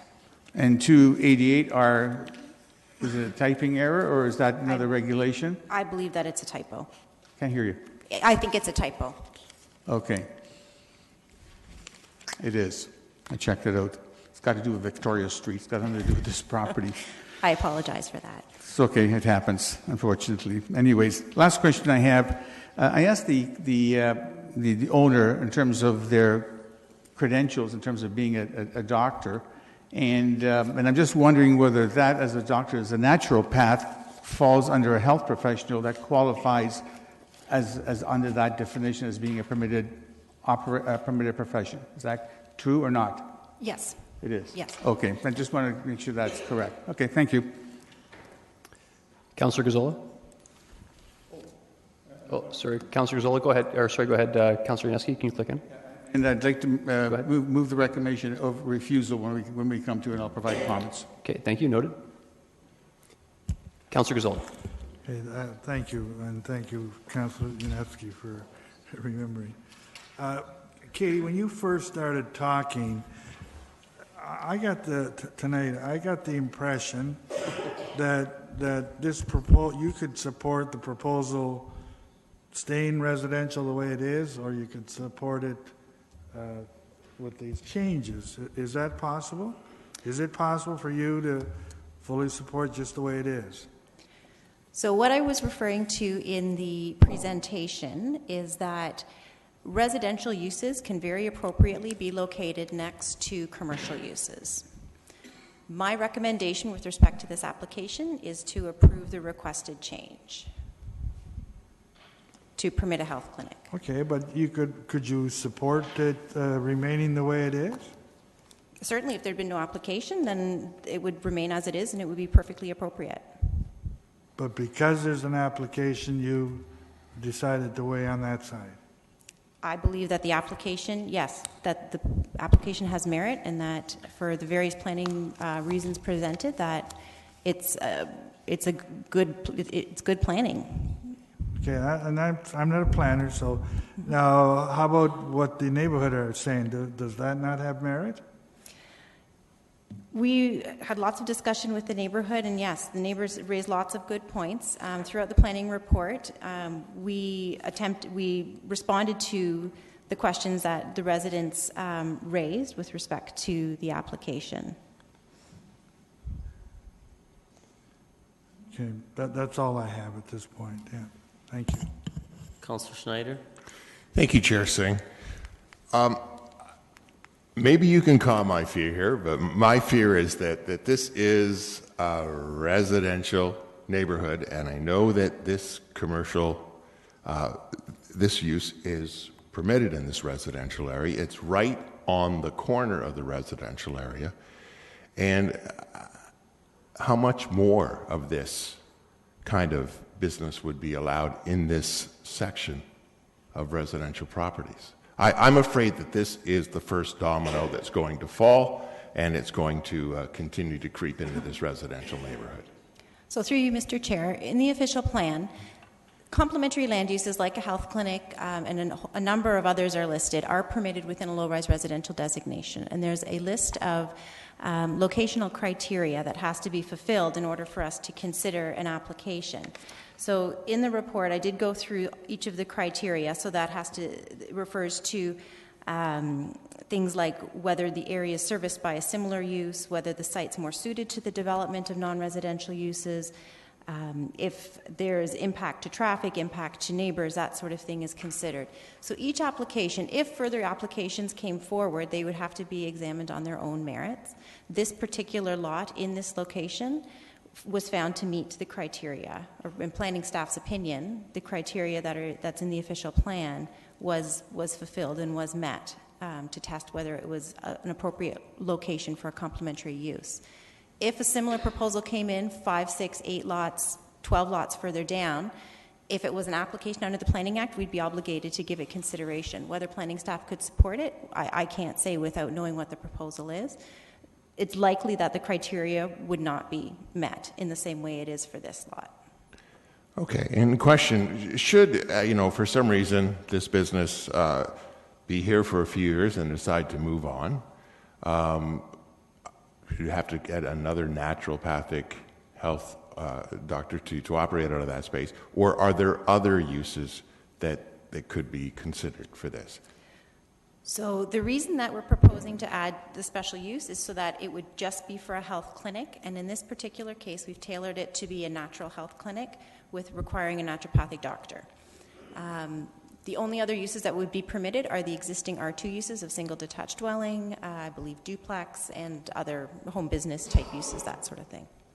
Okay, because that's my concern. If this doesn't, if for some reason it changes in a couple of years and there's not another naturopathic doctor that wants to go in there, it's with the parking lot and everything, it's very hard to convert that back to residential use. So I have an issue with that. Councillor Ioannidis. Thank you, Chair Singh. Katie, can you explain to me, is it possible to realign what's here on the site plan?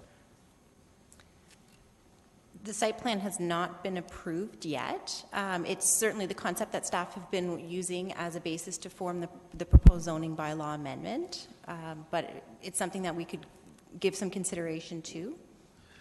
Okay, so on this property, what's considered the front? Pioneer Tower Road. Yes, Pioneer Tower Road is the front yard. Pioneer Tower. Okay. Because I think this could be realigned from just the way it's looking at it. That would take the parking away from the residents, from the neighbor next door, and that could be shifted more towards the street. And that's just the opinion I have. It's not. But as far as the vegetation on the report 2-20, can you tell me which are the existing trees here? Are all these existing trees right now that's on this vegetation plan? No, perhaps. Can we pull up my presentation, please?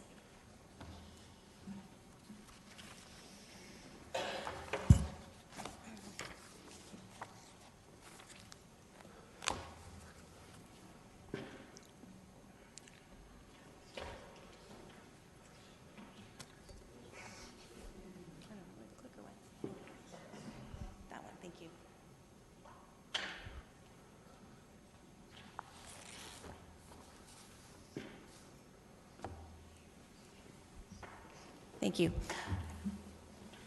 So it's easier to see in color because the different line types indicate which are the existing trees and which are proposed to be added. So you can see that the ones along the edge that are sort of a lighter green color, and the ones along Pioneer Tower Road are the ones that are proposed to be retained, that are existing trees. The darker green ones within the property are ones that are proposed to be added.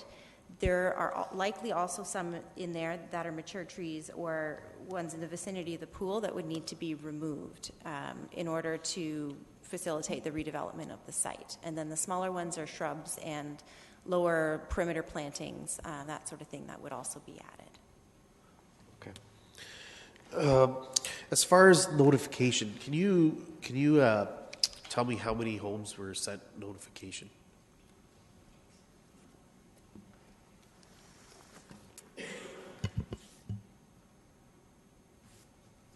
I would have to actually count to tell you how many. Within 120 meters, I honestly could not tell you through the original circulation. I would have to report back on that one. I don't have that information available. And Mr. Chair, I'm going to formulate something, but I think I'm going to form some form of recommendation. Is it specific to the setbacks related to the parking?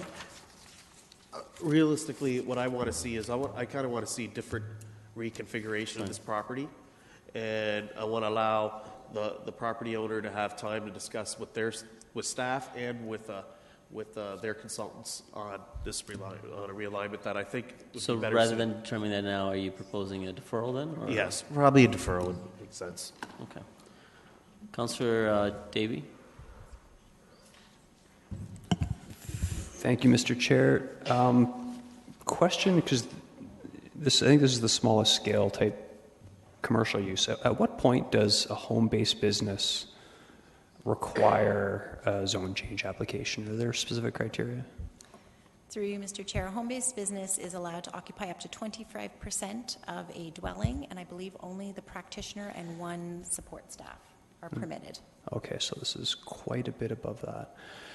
Is it within council's, I don't know, ability, and I realize this would be contrary to staff's recommendation, but is it within our ability to list out, and I'm not suggesting we do it tonight, but is it within our ability to restrict the number of employees in a situation like this? It is within our ability. Okay. Thanks. Those are all of my questions. Mr. Chair, I would also ask, I'm not sure if you want to do it now or before we take the vote, but I think we could benefit from some advice from legal counsel and caucus in this item. Well, I think if Councillor Ioannidis is moving with the direction of the deferral, seeing what the outcome would be, after which taking a vote would be your choice if you would want to call that to question to get some additional information from staff. Okay, yeah, I can wait till then, and if the deferral passes, then if need be, I can call that at council. Thank you. Councillor Fernandez? Yes, thanks. When I'm looking at the report, Ms. Andrew, and I see that you're talking about the provincial policy statement, you're talking that it conforms with the growth plan and consistent with the policy direction of the provincial policy statement, but I don't understand how you can say that it supports intensification, because this is not intensification. I think we usually understand that means more residents living within that space. So if for example, this house went from a single family to a semi or a quad kind of thing. How can you help me understand how this increases intensification? Through you, Mr. Chair. Intensification can refer both to the number of units and the number of people living in a dwelling, as well as a number of jobs. So all of that is part of the criteria. When we consider intensification, we look at people and jobs per hectare. So this proposal does introduce new jobs into the neighborhood. So we've heard 4 practitioners with likely 4 support staff together with clients. So I see what you. It's a modest intensification beyond what would be in a residential. Okay, so it's not just people living in the building, but it's jobs per hectare. Okay, that helps. I have a similar concern as to what Councillor Schneider said, and that is the issue of this, the function of this site changing dramatically, and what used to be called blockbusting, usually that's used in reference to changes in like what we saw with our residential infill plans. Is this not a little bit the same in that the next property towards the golf course, let's say, could also approach planning and ask for a zone change? Because now we've got a nice large parking lot, and they could say, well, I want to build a dental practice, or I want to build an ancillary practice to the health clinic. Does that not kind of open the door to that? Like I had said before, I think that any application we receive would have to be looked at on its merits, and there are criteria in the official plan that we'd have to look at. I think this lot is unique because of its location right at the main intersection, and it is very exposed to those conditions. So for some of those reasons, this lot is quite unique compared to others in the neighborhood. Yeah, and that's one of the reasons why I went out to look at it, because I had a feeling it was the house that I've passed for years when my kids went to Preston High School. But it's a unique location, true, but as we saw in the other photos, it is definitely within a residential property, not given what's across the street and on either side. I realized we didn't do a traffic study because it didn't require it. And according to the owner, she was talking about more of a trickle with traffic. But of course, people arriving for work will arrive roughly at the same time, and departing will leave at the same time. Would that not add some additional burden to that intersection that we already understand is a challenge?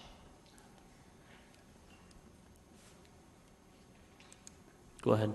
Through you, Mr. Chair, the study that was completed, it forecasted traffic volumes for the AM and peak hours. And in the AM peak hour, it was 11 new trips coming to the site, 8 entering and 3 exiting. And in the PM, it was 13 new trips to the site, 4 entering and 9 exiting. So what's being referenced, Councillor Fernandez, is a traffic impact study was done? By right. No, I'm referring to our staff.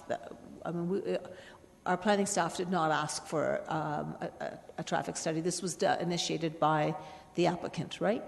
Yes. Okay, thank you. Councillor Marsh. Thank you, Chair Singh. So regarding this traffic study that you just referred to, was there any look at a number of accidents or number of or the amount of congestion that we might find along Baxter Place, where Mother's Pizza has an entrance? Through you, Mr. Chair, there was a traffic collision history done on Pioneer Tower Road at Baxter Place. The collision history was completed in November of 2016, and it looked at 2014, 15, and 16, and there was only one reported collision at that intersection. Okay, great. And what about congestion? Did it speak to congestion? Through you, Mr. Chair, the collision history? No, the traffic study? It did. Hang on here.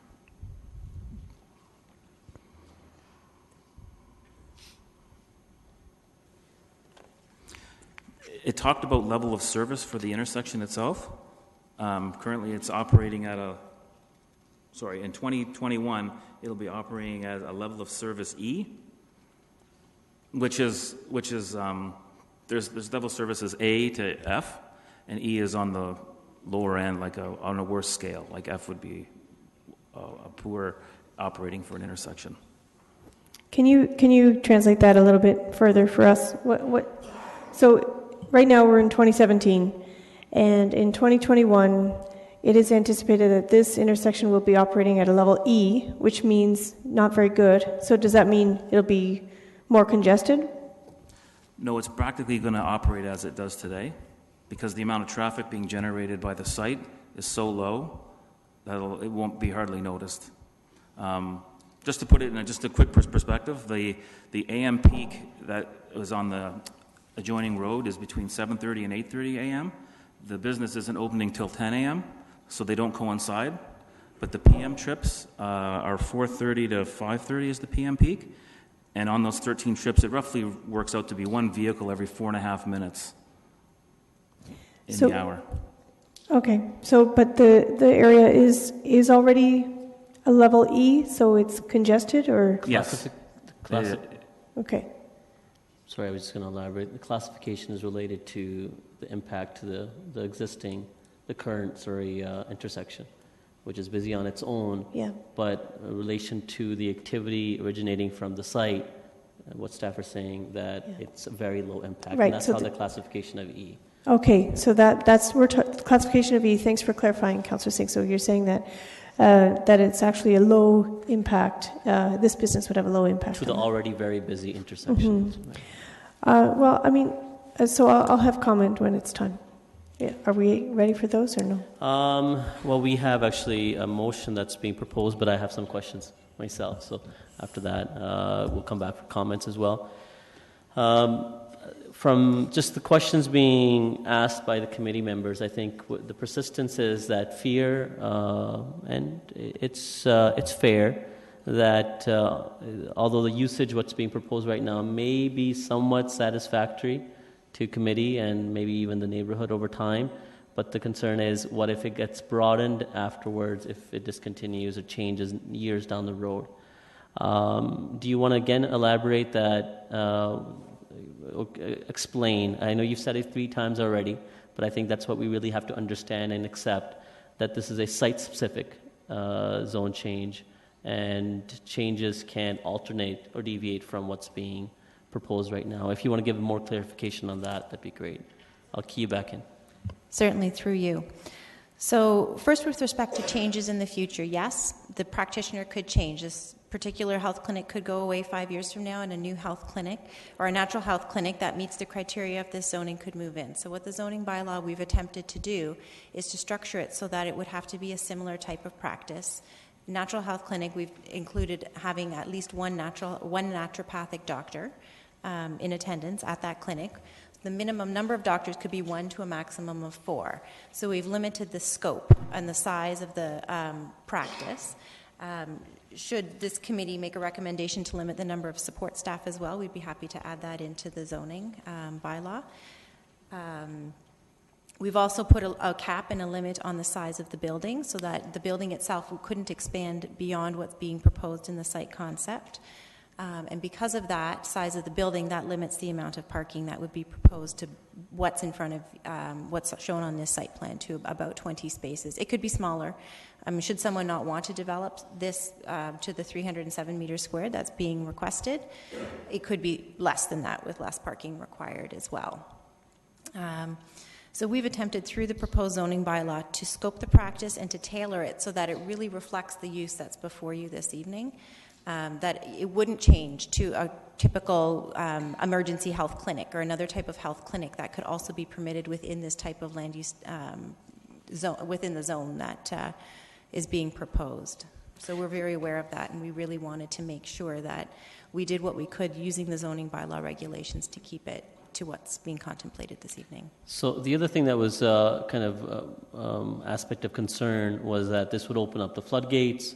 These are all very large properties there, and just if you were to approve this site-specific zone change for this proponent, others could come forward with dental practice, physiotherapist, or whatever. Had those been the proposed uses, would it have been recommended by staff at this site? I think we would have had to give them consideration. We didn't really consider it. We were basing our analysis based on this practice and on this particular practitioner and her practice. Other types of health clinics may also have been appropriate, whether it was something that focused on massage therapy or other forms of health practitioner. I would agree that perhaps an emergency medical clinic with 12 doctors operating, all hours of the day with lots of people would not be appropriate in this area. And so by limiting the number of practitioners, tailoring it to a natural health clinic, we've really tried to keep it to what is appropriate in this particular site and in this area. Okay, all right, thank you. So that's my question as a staff. Councillor Ioannidis, I'm going to go to you. If you want to key in? So are you coming forward with a deferral, or? Yes. Okay. Yes. Do you want to speak to it, and also timing? Okay. Well, first, I want to look at the time, and I'm just wondering if, I guess, our next committee meeting would be April, or is that council? Let's see, that's council. April 3rd. Would April 3rd be? I want to ask the proponent and as well as staff whether or not, if that's a suitable time that they can be able to meet up and discuss other options. Options, do you want to be specific to the options that you're hoping for? Okay, so the options, what I'm looking for is a reconfiguration of the property to have less traffic in front of the one property that's below. And I think, I'm not sure what the zonings are exactly, what the setbacks and everything is, but it maybe even be less parking. But what I want to make sure is, my fear is, regardless of what we do here today, the proponent has mentioned she will go to the OMB. So I want to avoid that as possible, because I don't want to sugarcoat this to the residents.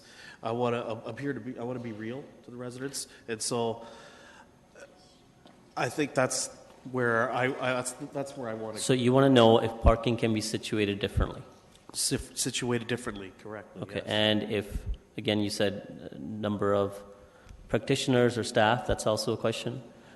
I think that's all. I think we can see where that gets, because I think we've had the traffic report. The traffic reports say it's not any significant change, but I want to be sensitive to the neighbors and also sensitive to the landowner, because they all have their own rights, right? Their own individual rights. But so I want to see if we can come up with some form of consensus. Okay.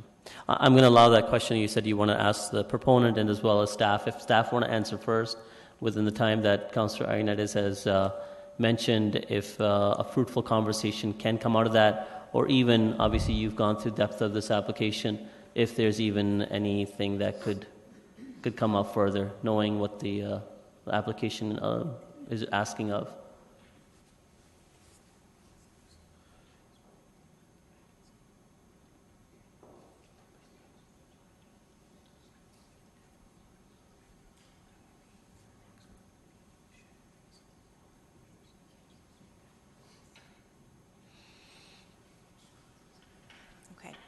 Through you, we can work towards that date. However, I would request that perhaps there's a backup time, that if we aren't able to get to a consensus by that date, that perhaps we can work to the next available one after that. That's we'll fine do our with best me. to come to the April 3rd, but I think this. yeah. I don't think this is 100% time sensitive, but I don't want to wait too long either, and I think that would be suitable.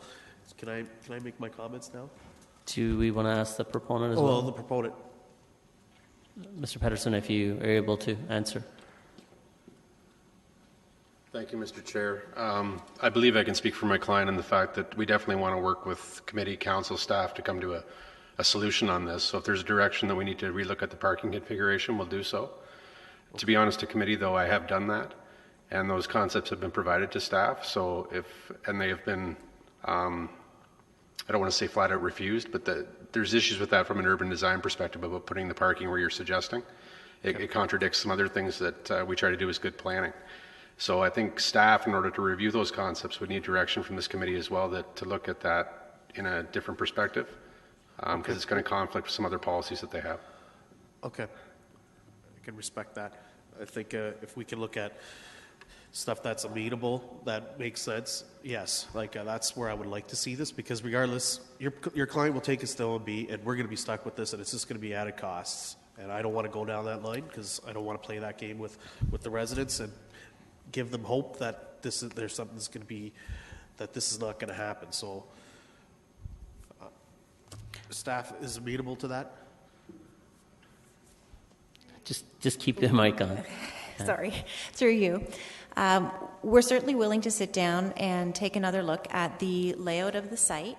I echo what Mr. Patterson had said, that we have looked at a number of different options with respect to the site layout, and some of them were found to be problematic with access to Pioneer Tower and locating parking in the front yard.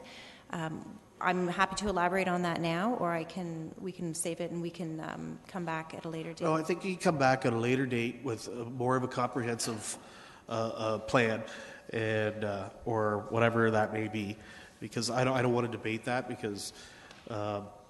Councillor Inez, so that's a motion that you're putting on the table. Again, I'm going to be a little bit more strict on the procedural process. So make your comment, but again, specific to timing. And I'm going to ask committee members to do the same. We have gone through a good, drawn-out process of asking questions and making our opinions known as to where we sit. So if you are asking for deferral, we want to be specific to timing, and let's make that decision.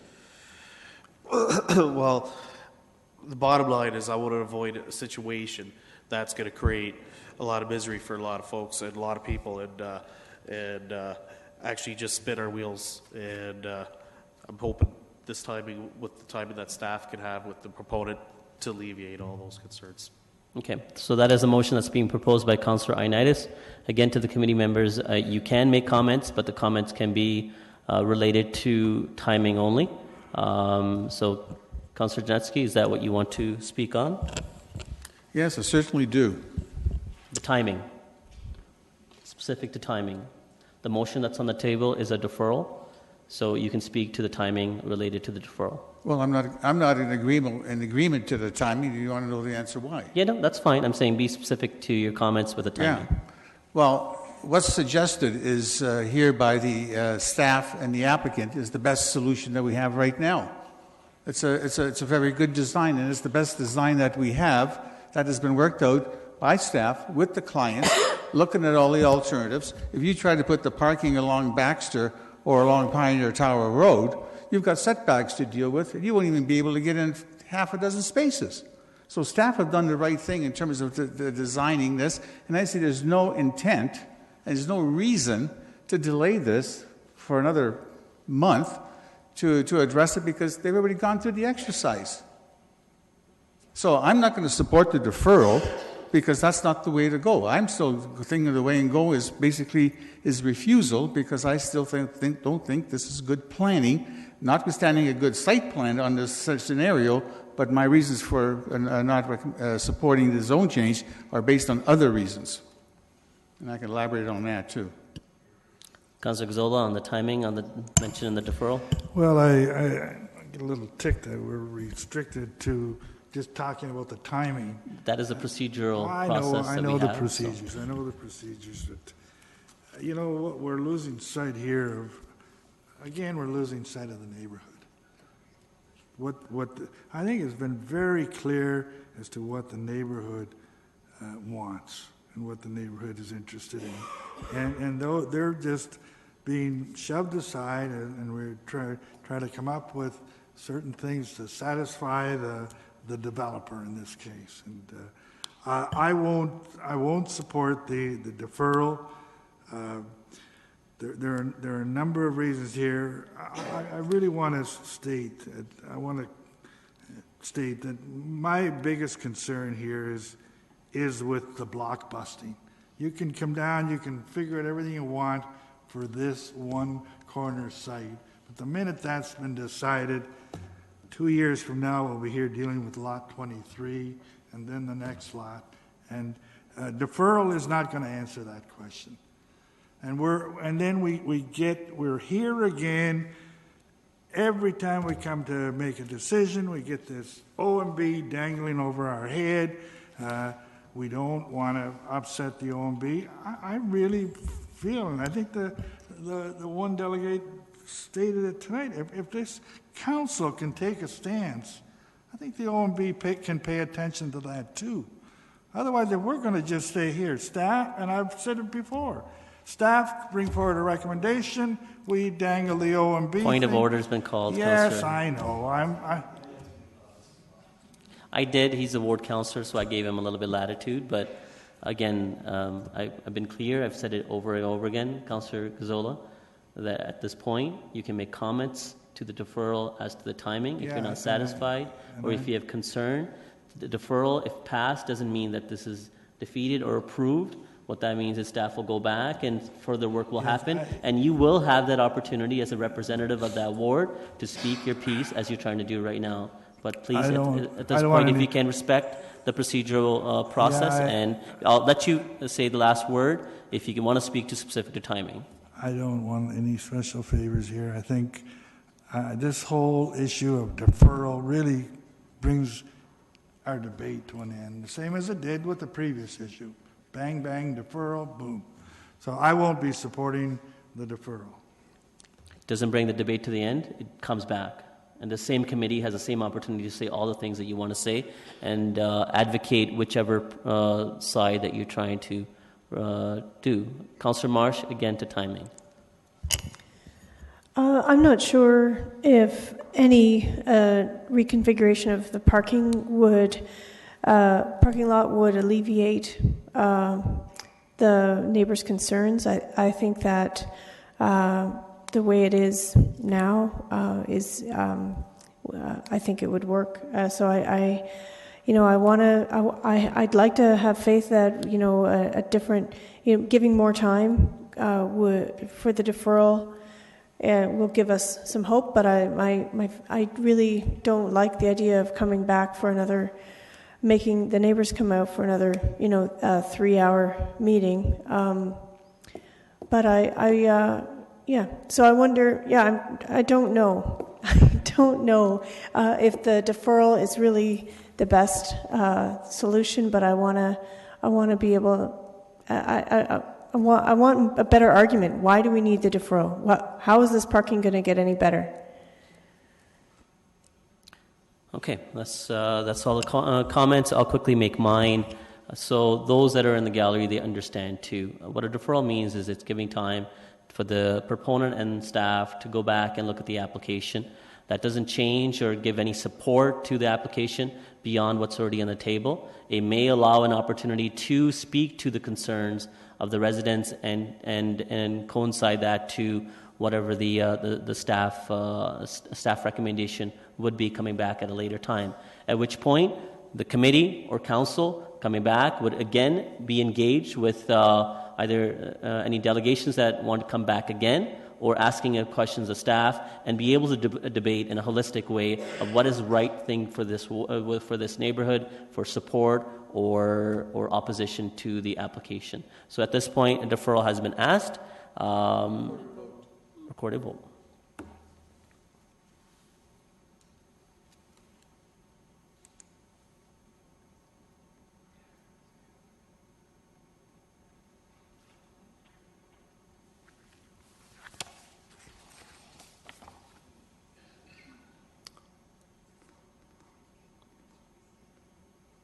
Please vote.